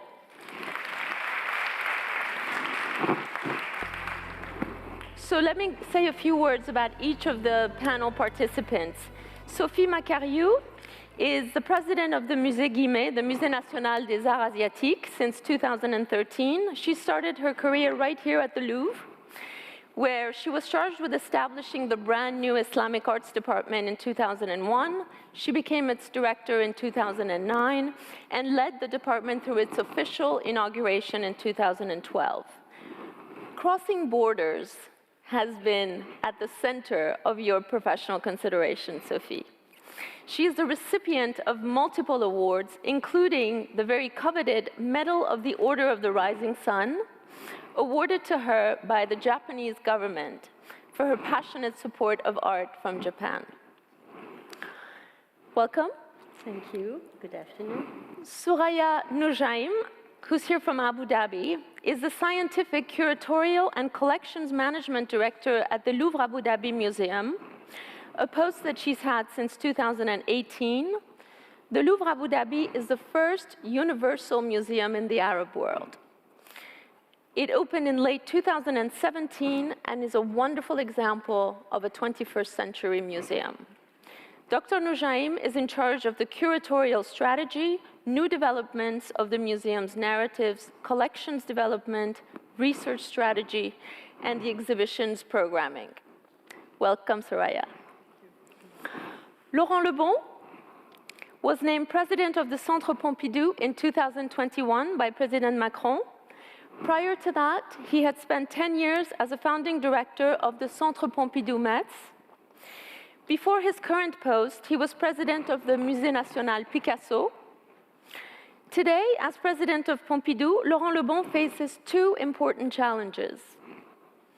The renovation work that will begin in 2024 at the Centre Pompidou and will go on for 3 years, and also designing with his team a cultural project for the renaissance of the center, what Laurent has called the Nouveau Pompidou. Welcome. Last but not least, Pierre Renero, who is Image, Style, and Heritage Director at Cartier. He first joined the Maison Cartier in 1984. I think it's fair to say that Pierre is the gatekeeper of Cartier's style temple and an undisputed authority on the philosophy behind Cartier's design, past or present. Always thinking outside the box, Pierre has played a central role in developing the cultural programs of the Maison Cartier and its partnerships with museums around the world. Welcome, Pierre.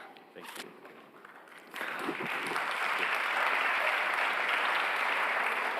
Finally, we wanted to express our gratitude to Dr. Tristram Hunt, director of the Victoria and Albert Museum in London, who had accepted the invitation to speak on this panel, but unfortunately could not join us today due to unforeseen circumstances. Thank you, Dr. Hunt. We'll miss you. So why talk about cultural influences? One reason is that examining cultural interactions helps us understand history and puts the present in the proper perspective. So let me start with you, Sophie. Last year, you co-curated a show called The Dragon and the Phoenix, organized by the Louvre Abu Dhabi in partnership with the Musée Guimet. That exhibition looked at 800 years of cultural exchanges between China and the Islamic world. It's a dialogue that went on for centuries, yet we know very little about that dialogue. Tell us about the exhibition and what it is that you examined. So in fact, the exhibition encompassed over a millennium of history between China and the Islamic world, I would say the eastern part of the Islamic world. Why? Because there was a long fascination from the Islamic world toward China and from China toward the West. And the West was Persia, was a part of what was later to become the Islamic Empire. And it's mostly an untold story. So I've been fascinated when I was in the Louvre by the contact and I would say the aesthetic quotations of Chinese art into Islamic art, and I devoted various places in the galleries to this topic. And when I take my position at the Guimet, I was more fascinated again by what I found in the storage, especially in how, and it became for me very striking that those links were incredibly strong and unexplored. So it was really time to devote an exhibition to this topic. Mm-hmm. I thought you were going to we were going to look at some objects. Did you find, there we are.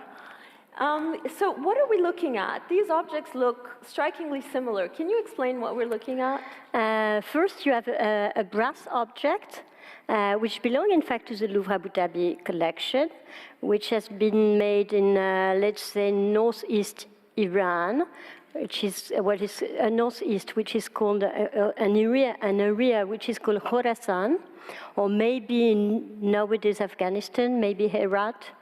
And it's inlaid with silver, and of course the iconography is a zodiacal one.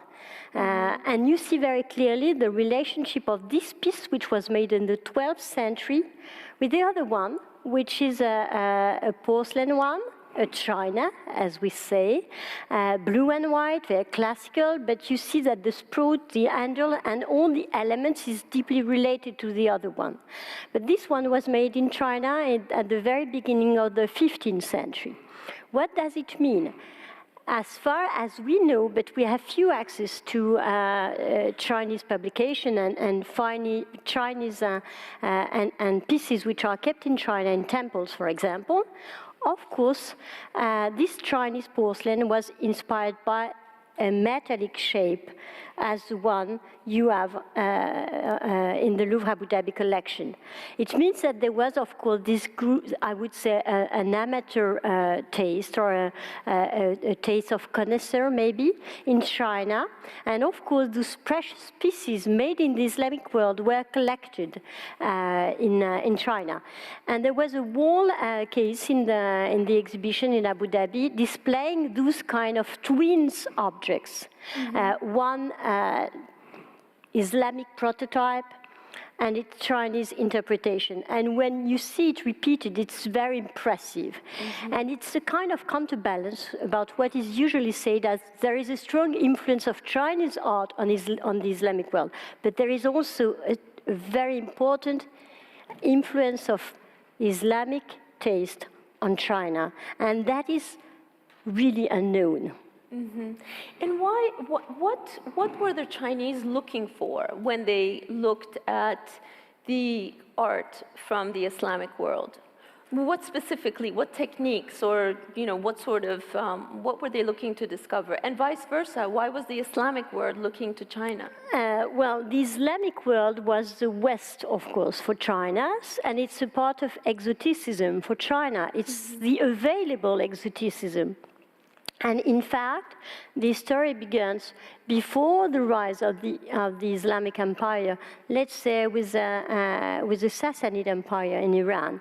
So it goes on. There is this opening of the road toward the West, which happened in the 2nd century in the Chinese history. And there is a real fascination for techniques and aesthetics which is so different. If we go back to the Islamic period, let's say in the 9th, 10th century, one element of fascination, of course, is a certain idea of luxury, especially glassware, which is mostly unknown in China.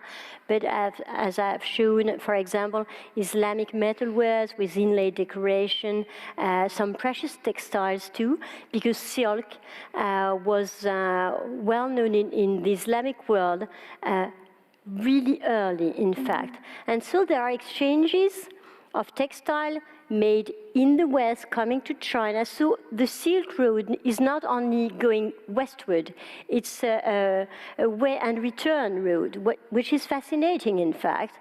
And paper, of course, was a major contribution. There are also influences of the Chinese world, of course, on the Islamic world, but the reverse is true. For example, as we have looked at this beautiful 15th century ewer, the cobalt blue originated in the Islamic world. So the first blue and white ceramics were made in the Islamic world and later imitated in the Chinese world. That's interesting because we very much identify that color schemes with Chinese culture, actually. So you're saying that the origins were actually from the Islamic world. Yes, and in the Chinese sources, the cobalt blue was named Muhammadan blue. Ah, okay.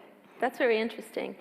So it's in one single object. I mean, we can read so much history. What I found fascinating when I actually saw the exhibition at the Louvre Abu Dhabi was that I absolutely had no idea. And I think that we know very little about the 800 years of dialogue between China and the Islamic world. Why is that? And did those interactions end at some point? Well, I will begin with that. Probably it end, let's say, in the 18th century. Why? There is a new actor, and the actor is the West, is what we are, is Europe. The 18th century. In the 18th century. So this actor is playing, of course, a key role, and it's the first moment, the real moment of globalization. We could discuss this topic, of course. But before that, these two actors are looking at each other. Why is it so unknown? Well, because I would say very simply, most of the art history has been written in the Western world, in Europe and in America. So I do think, for many years, of course, that we have to rewrite a kind of world history, not only making a small space for the others, but really trying to have a broader view on the history of the world. And it's always good to remember, for example, that as we are speaking today, Asia is 53% of mankind.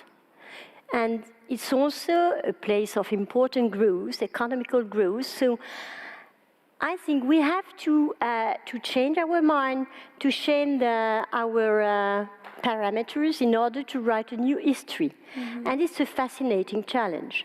Yeah. It seems that our view today of China perhaps is that it's a very closed society. But it sounds to me from what you're saying about the exchanges during almost 1,000 years that it didn't used to be a closed society. So what are we seeing in terms of what's happening in China? And why is it interesting to talk about the old, ancient history of China today? Well, we all know that there is an economical challenge between China and the US. But we have to remember that in the 18th century, the Chinese Empire, the Qing dynasty, was the second major economical power in the world. Why? Because it was a place where from which luxury items were exported: tea, porcelain, lacquer, and silk. And half of the silver coins which are minted in the world arrived in China. So it was, of course, a very dynamic economy. And we have a vision of this history only according to the collapse of the breakdown, as it is known, of the breakdown of China in the 19th century. But it's only a small moment in the history of China. So I had the feeling, and I think a lot of historians looking at I would say, global history, have the feeling that it's only a chapter which is now closing. Of course, China is closed for the moment. We know Chinese people love to travel, in fact, and the moments where China was a closed country were few in the history of China. So let's say in the future it will reopen again, And of course, they are, looking at the world from another perspective, and we have also to learn from this perspective. Yeah, that's right. I like what you said about looking at the world from a new perspective, and I think that that is a perfect segue to talk about the Louvre Abu Dhabi, where the exhibition The Dragon and the Phoenix was shown. And it's an interesting, it was an ideal subject for your museum, because the Louvre Abu Dhabi is a universal museum, because for one reason it's geographically located at the intersection of East and West, but it's not just that. Tell us, Dr. Nujaim, what is a universal museum, and semantically, how do you define a universal museum, and how do you manage to be both universal and local in your community? Well, semantically, it depends if we talk in French or in Arabic, and but in general, or in any other language, museum activities,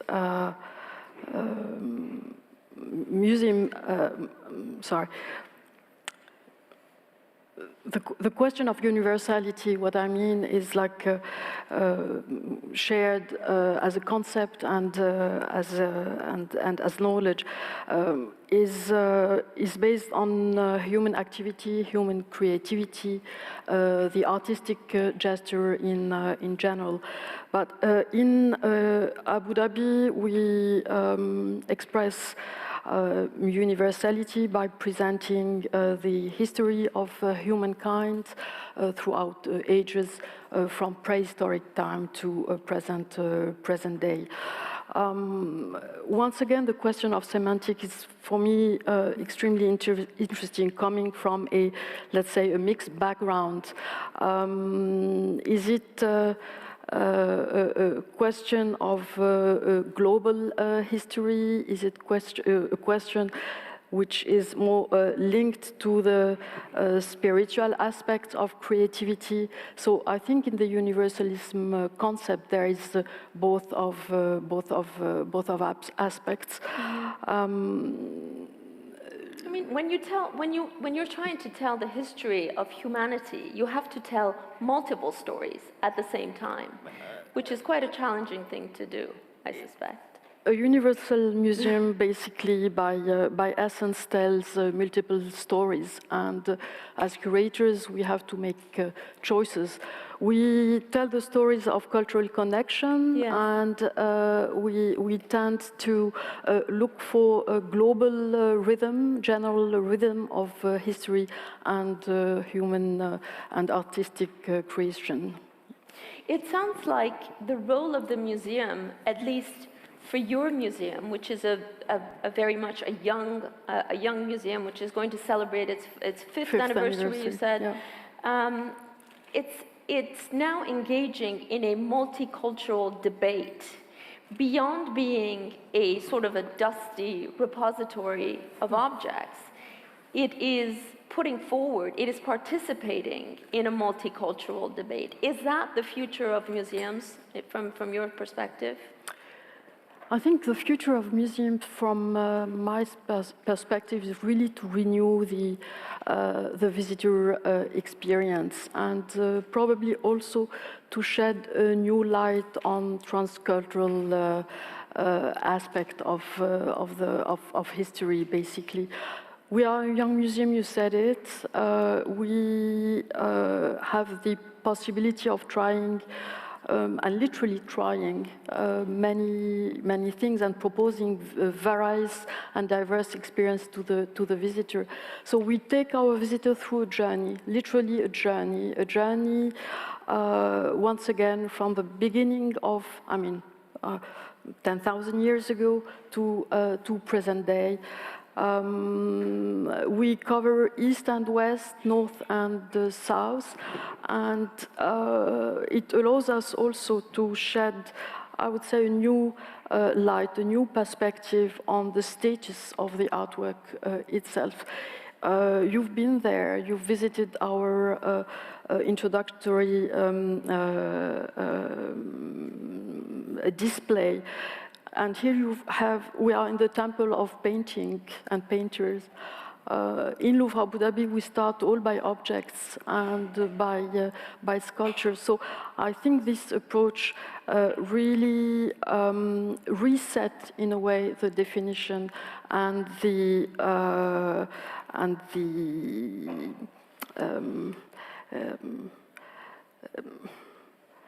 hierarchy of the art. So you actually design your the journey of the visitor through the museum, le parcours, let's say, of the visitor, with the notion of telling a universal story, right? That's what. What is the profile of the visitor that you have in mind, or is there a particular profile of the visitor at the Louvre Abu Dhabi? I would say that we have a very, like any museum in the world, a very diverse audience, from tourists to museum specialists to locals. And indeed, in Abu Dhabi, probably as it is a new museum in the Arab world, we tend to focus in our local community.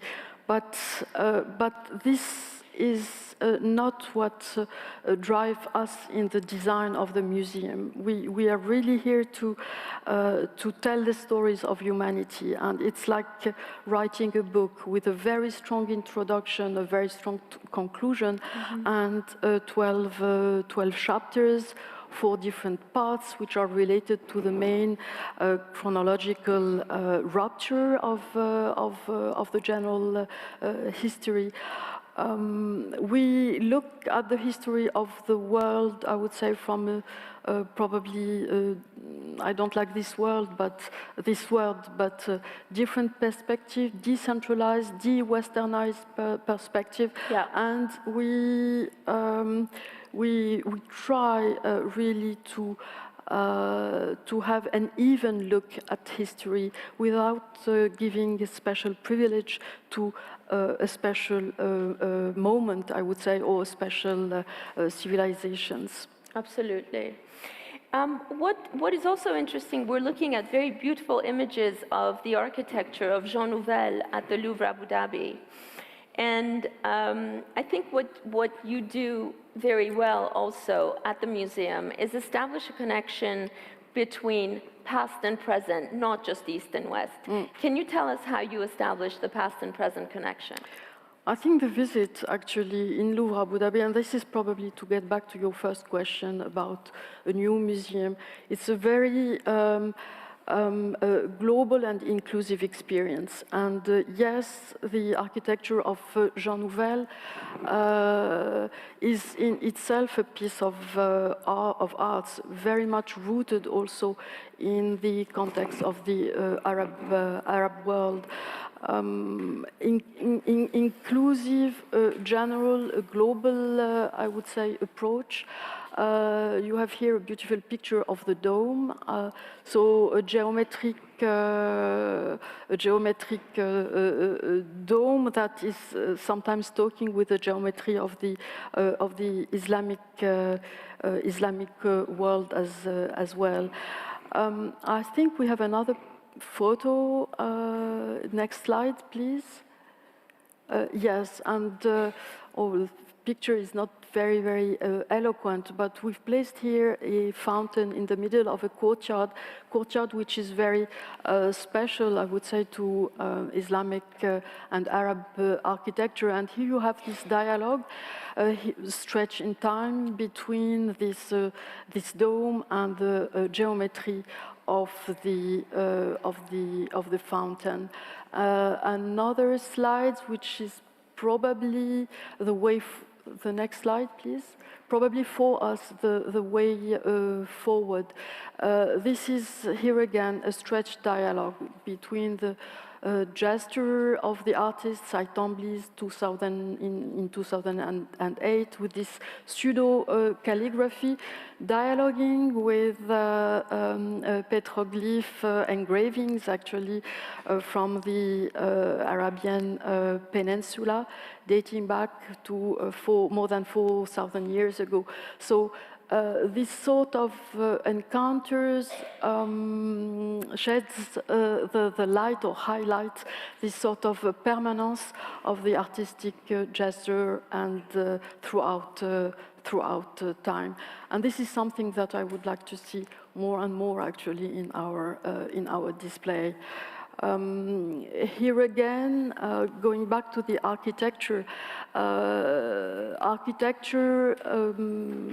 modern and contemporary commission with the works of Giuseppe Pennone, Jenny Holzer also, which are literally the second skin of the architecture itself. Yeah. Great. Pierre, you have just returned from Texas, where you brought a bit of French culture and style to the American continent. You were there for the opening of the show Cartier and Islamic Art in Search of Modernity at the Dallas Museum of Art. For those who didn't see the wonderful show at the Musée des Arts Décoratifs, can you please tell us what the show is about? First of all, I don't know if I brought myself something very French to Texas. Let's say that the exhibition in the Dallas Museum of Art is one of two, because it's a co-curation between Musée des Arts Décoratifs, the Louvre, and Dallas. And I have to say that the Dallas Museum of Art is the first museum who said yes to this project of an exhibition. And if a COVID wouldn't have taken place, I think the exhibition would have started in Dallas. And the subject of the exhibition is about, I think, the influence that Islamic arts had on our own style, the Cartier style. And if I may, there's a central part in this exhibition that I would call the lexicon of shapes or forms. And in fact, before mentioning that, I would say that the way we ourselves look at the Cartier style is to mention it as a living language. And once we talk about a language, we talk about a vocabulary of forms, and that's what this exhibition is about. And we did realize at Cartier that a big part of our shapes we were using on a regular basis to create our objects, whatever they are, jewelry, watch pieces, or beautiful objects. Many forms had a common point, and that common point was the fact that they were invented, or, as Sophie put it, or coming also from other worlds before becoming Islamic in a certain way. But at a certain stage, what the curators from the three museums did show is that the designers, the inventors, the creators at Cartier did take their inspiration from many sources displaying Islamic art at the very beginning of the 20th century, when really the interest of history of art came towards this field of expression. Yeah. And in fact, many evidences are present in this exhibition, like documents, like the library of Louis Cartier, the catalogs of exhibitions that the team of designers did visit. The objects also, they had the opportunity to see at the very same time, that were exhibited at the Musée des Arts Décoratifs or at the Louvre, and together with documents showing the researches in terms of shapes through drawings. So you see those intermediary works, not the final design for a precise object, but all the researches that have been conducted from the original forms to transform them, to include them into new objects. And there are quantities of those documents in this exhibition to show that journey from the original source to the final objects till today, because as I mentioned, the exhibition shows also a living language. So from the very beginning of the 20th century till contemporary pieces from the very recent years, showing the heritage from those shapes. Yeah, I think one of the things that this exhibition showed also for those who saw it was the immense curiosity of Cartier at the turn of the century in looking at very unusual places to find its inspiration. And what we could see was the revelation of jewelry making as a real art form in and of itself, actually. And I was also struck by the richness of the archives, the drawings, the variety of things that you have in the Cartier collection. So is the Cartier collection the vehicle by which you're able to establish a dialogue with museums around the world? The Cartier collection that was created back in 1983 is a very important vehicle, but it's not the only one. Of course, the collection shows objects and its final destination of our work. What's Cartier about is the creation of those objects. But I think what is very precious to be shown also in museums is all the other part, the hidden part of the iceberg, meaning both what we call ourselves the archives, meaning all the information linked to creation, production, and commercialization. And then we have another department also a hidden part of the iceberg called documentation, gathering all the information that Cartier used to disclose to the public. So it could be communication tools, but it will be also the place that Cartier had in literature, in cinema, in magazines and whatever. And those documents are also available to be studied by the curators of the different museums. So the collection is a vehicle, but there are many others that can be shared with museums. Yes, and I think that, tell me why you are so keen on establishing a dialogue with museums. What purpose does it serve for a jewelry maison? I think you mentioned it also. I think about showing not only the traditional artistic expression, but because we are convinced at Cartier that jewelry is a very important artistic expression. And you know that in the 1920s, the Cartier brothers, who were the leaders of a firm, were called the artist merchants. So that's what Cartier is about. I think we are a commercial house, but we've since the beginning, a very strong artistic dimension.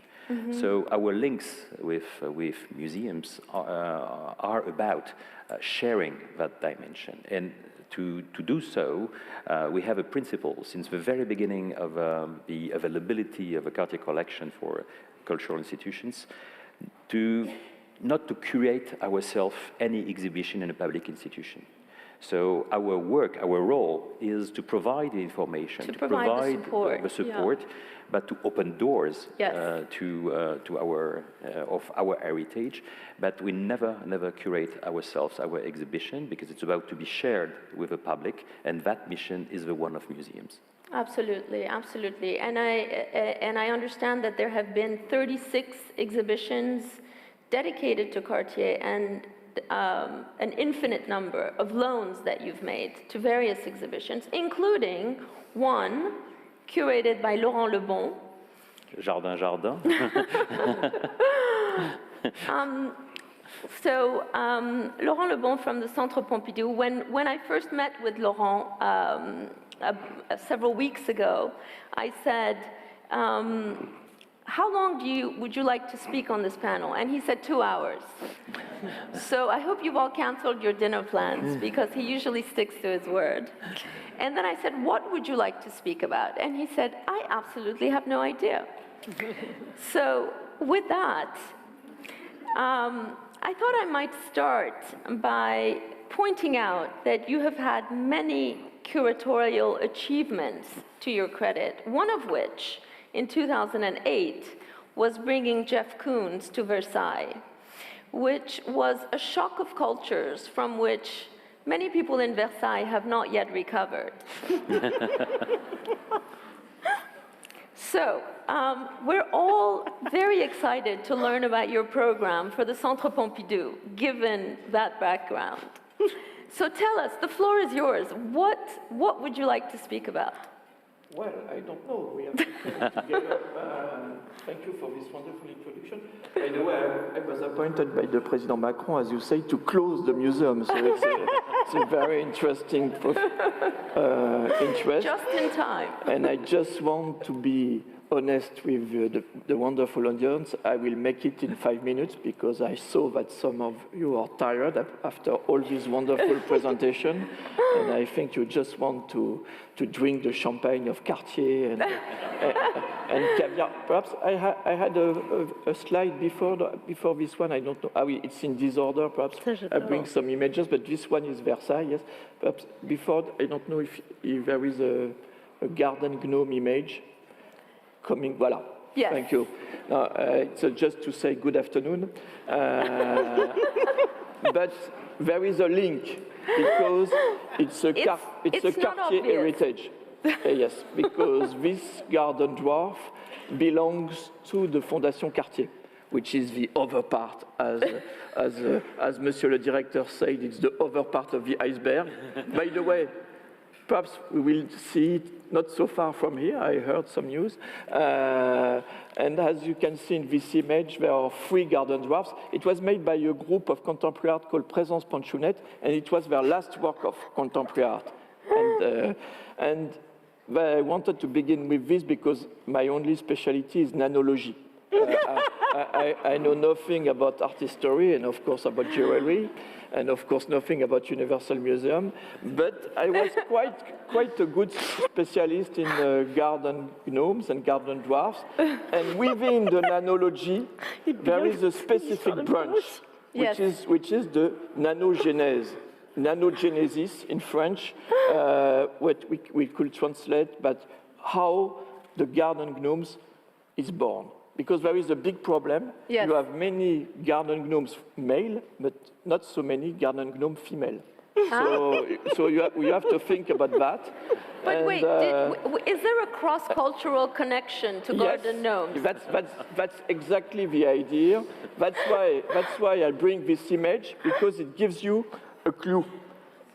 The garden gnomes comes from the Chtonian world. It comes from the earth. Yes. And what is the link with the all what we heard this afternoon? With the subject of the day. Yes. What is it? Artistic influence and dialogue. What we don't want this. We don't want uniformity. We want diversity. We don't want red hat everywhere in the world. And we don't want a museum like another museum. So behind this image, there is a little lesson about, I think, how a cultural institution today could be something specific. And I bring 2 or 3 other images about that, about what you see and what is not. And especially because you were very kind to speak about gardens, Pierre. I think I bring after, if we can see the next slide. Voilà. This is Villandry. Yes. And I like this image of gardens, like the other one, perhaps if we can see it. The next image. These 2 images is the Donjon de V. You can see 2 images of gardens, and if we ask the wonderful audience, what is the century, for example, of Villandry? And perhaps we will hear some answers telling that Villandry is from the 17th century, from the 18th century, or for the Donjon de V for the Middle Ages. And finally, they are contemporary gardens. They were made in the 20th century.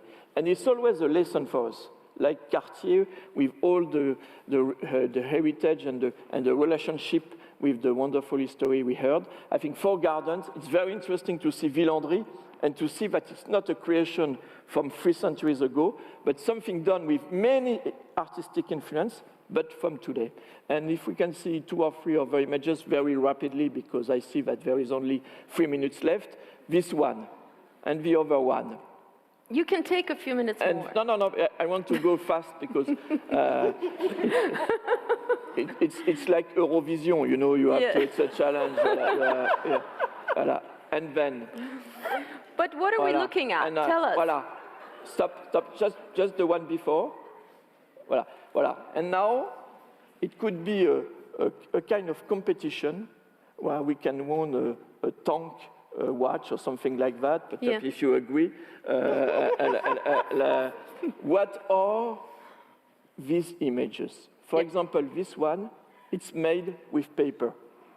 And it's a photo only made with paper. The one before, please. It's made by glass. And perhaps it's one of the most fantastic collections in the world. It's the glass flowers of the Harvard Botanic Museum. Beautiful. The one before. It's made in ceramics. The one before. It's made in wood. Really? And the one before. It's made in wax. So you see, perhaps you thought that all these images are real, but they were all imaginary. Exactly like Cartier transformed the world. And I think these images are made by artists, but sometimes by scientists. And I like this idea that we are looking at these wonderful works of art, but they were not designed as works of art. So if I have 1 minute left, I just want to finish with one or two images, voila, and especially this one. We saw plants, and we have artists who make us the world different, who have a new vision, and especially the part of art history called land art today. But finally, land art is not perhaps the good word to think about this wonderful image, which is the lightning field from Walter de Maria. To visit this work, you need to make a huge effort. You need to have to book 1 year in advance, to sleep in a small lodge.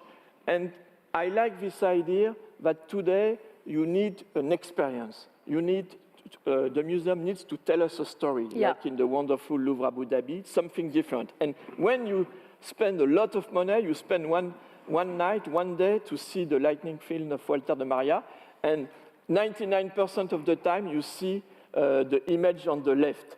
And 1% of the time, sometimes in August, you see the image on the right, with like yesterday in Paris. And I like this idea that art, it's only 1 moment, 1 second, looking at, waiting for. Perhaps the next one. And finally, Gilles Clément, who, you know, bring us this definition of the garden as a world, was completely symbolized by this painting by Magritte, where you have the plant which is supporting the world. And in the last image, I have perhaps not the conclusion, but en tout cas, pour moi, the conclusion for this presentation. It's Richard Long, a British artist, and he made the simplest, the easiest work of art in the nature. It's a line made by walking.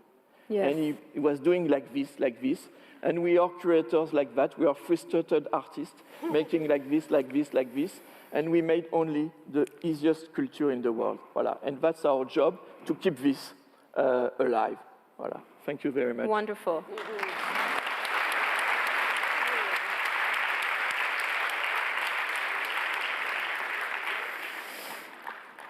We're going to take a few questions submitted online. But before I do that, I wanted to mention to you, Laurent, that Jeff Koons has just announced that he's going to send some of his recent work to the moon and then sell the NFTs to the public. After Versailles, the moon. After Versailles, the moon. The sky is the limit. So what should I do? Should I just read the questions?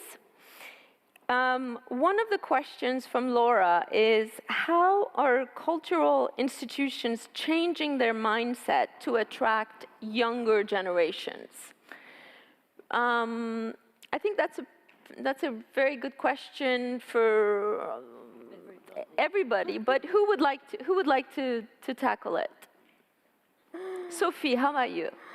Well, it's very difficult to speak after Laurent. I try to do my best. Well, for many years I've tried to do my best. We were at school together when we were young. Well. It was not so long ago. No, you are still young.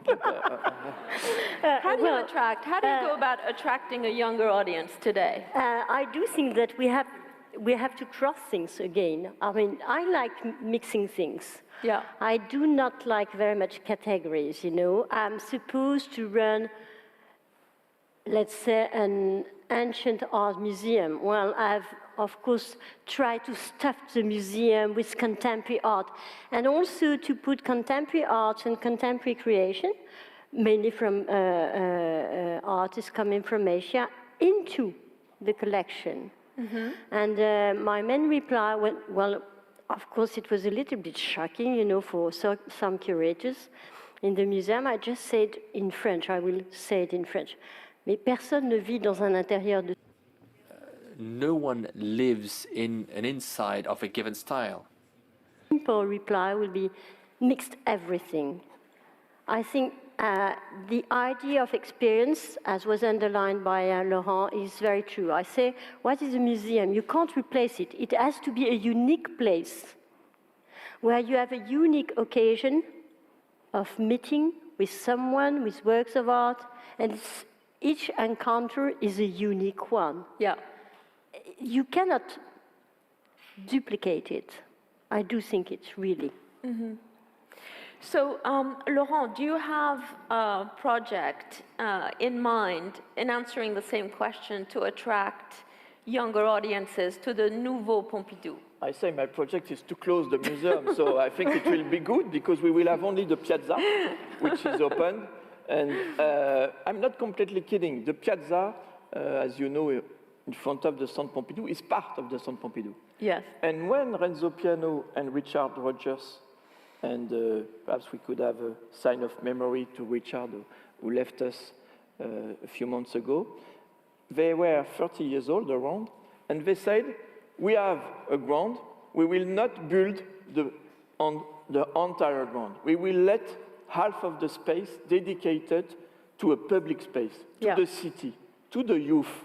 And today, if the Centre Pompidou is still a little bit different, when I visit many museums around the world, I like always to come again to the Centre Pompidou. Why? Because you have a library, you have a contemporary music institute, you have a restaurant, you have a cinema, you have a museum, but a museum included in something much bigger.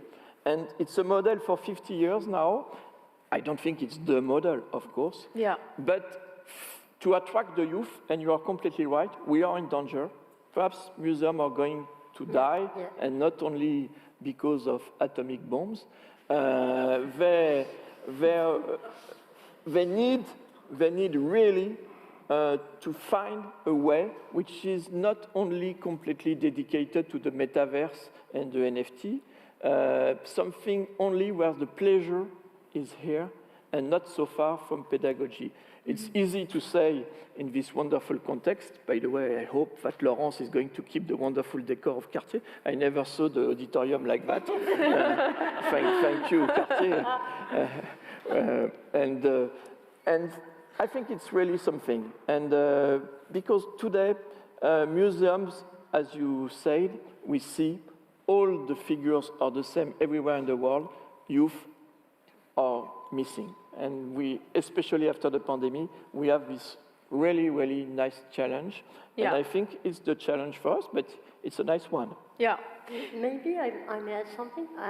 We are just organizing a kind of inquiry about the audience in the museum, and I hope that I will see the result on the other way around.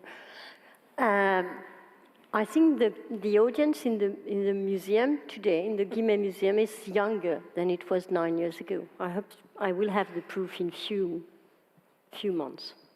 younger today. Yeah, I think Because it's younger why? today because the program of the museum has changed and it has attracted more young people than so it you used keep to do. you keep data about we are working on that. Okay. And I think it means that we can be efficient. I do think so, and I totally agree with what Laurent said.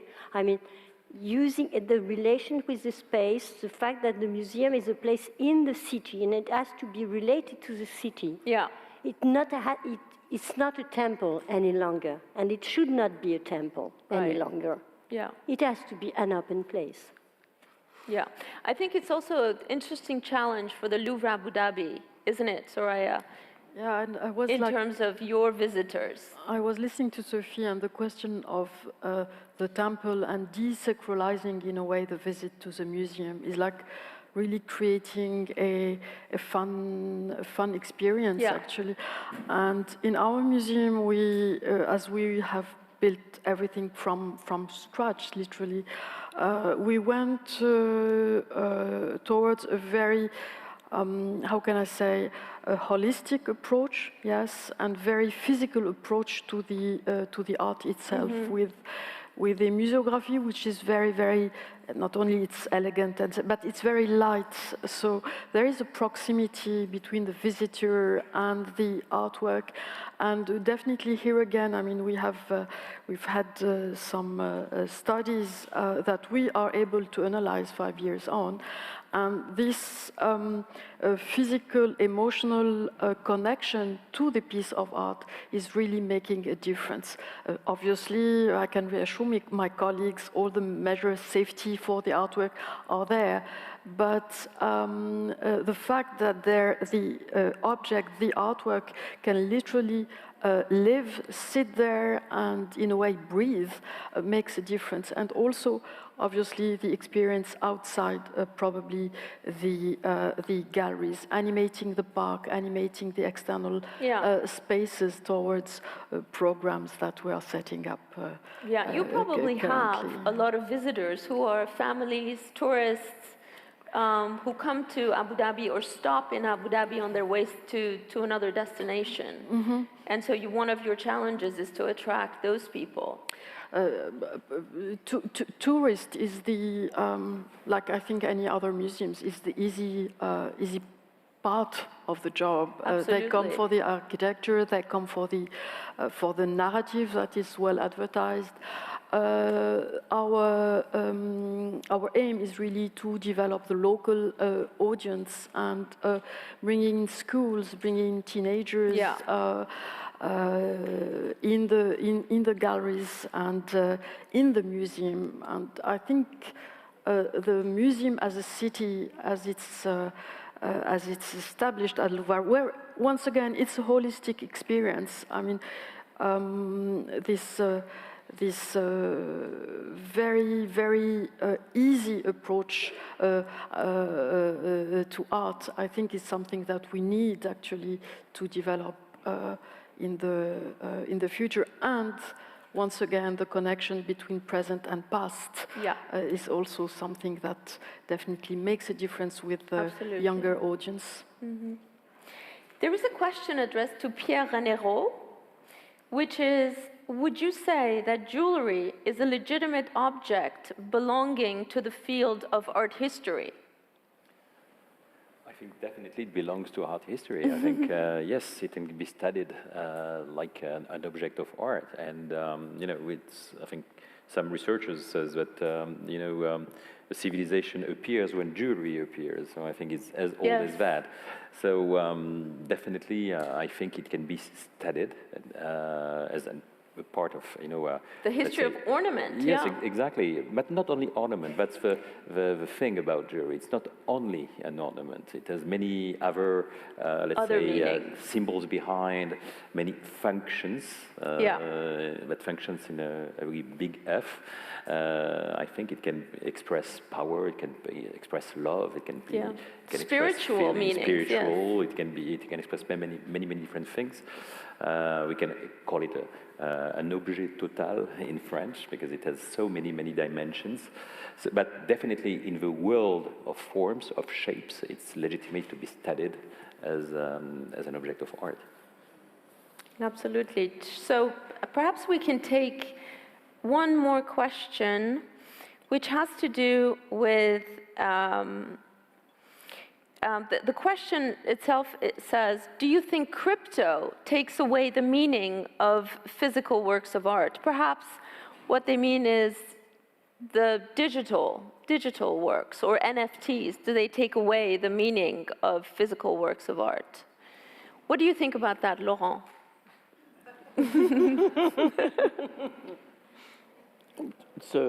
I don't want to, as we said in French, to be normand. It's a balance. Of course, some of my colleagues say we don't want to listen about crypto. We want to see nothing about immersive, metaverse, and something like that. I think we are perhaps a little bit out of the world. Of course, if we don't have this in mind every day in our next weeks, next months, we will be completely out of the normal way of history. But what is interesting is that all this new world makes our ancient world perhaps a little more interesting in a way. Yeah. So that's why we need a balance. But of course, we are very late, especially in our country, but we are not dead. It's true, we're not dead. We're very much alive. We thank you for being here tonight. And please join me in thanking our wonderful panel.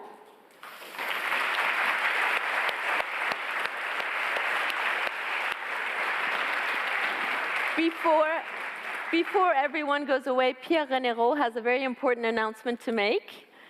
I will ask once we leave, Madame Verlet-Tillmans, I don't know if she's here yet, to come with us because she has something to tell us.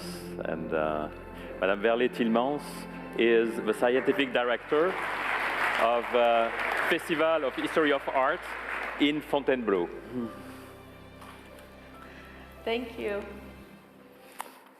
Thank you for the invitation. I'm waiting for something to appear on the screen.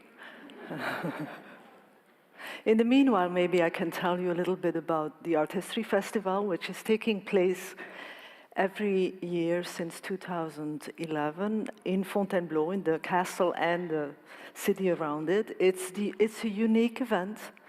It's the only festival of its kind. You may know the Rendezvous de l'Histoire de l'Art de Blois, which is a gathering also of several days for historians. In Fontainebleau, it's for art. It's a way of bringing what we do as art historians to the world. I love seeing so many young faces in this audience because it's also the audience that we like to invite to come and join us in Fontainebleau. So what you see here is our poster for the next edition, which is devoted, I think you can guess, to an invited country, Portugal. And you see it written, but you see it visually, I think, as well. And it's divided to a theme animal. We try to offer entrances into how one thinks about art, how one looks at it, how one writes about it, how one restores works of art, many ways, in a way, in which we have to ask ourselves, what is the role of culture in society? Has it been in the past and what it is today? The main reason why I'm here tonight is to announce a very special award that, thanks to the partnership with the Maison Cartier, we are able from now on to distribute. It's called the Grand Prix du Festival, and it's meant to honor and offer a prize to an initiative, a person, a collective of people who have been involved in creating something. It can be an exhibition, it can be writing a book, it can be creating a new collection, maybe a radio program that really has made a difference over the past year in the cultural scene in France. Our president, Laurence Bertrand d'Orléac, who really took this up, and she felt that it was needed, that art history, the world of art history needed that kind of prize. She calls it une liste de prix vert, because we don't want to close from the beginning what kind of project this will be. We will have a prestigious jury who will examine the propositions. They will gather next week, and we will announce the prize at the festival, at the main reception on Saturday night. I know in France one doesn't talk a lot about financial awards, but it's an important contribution, and we really thank the Maison Cartier of partnering with us for this. So.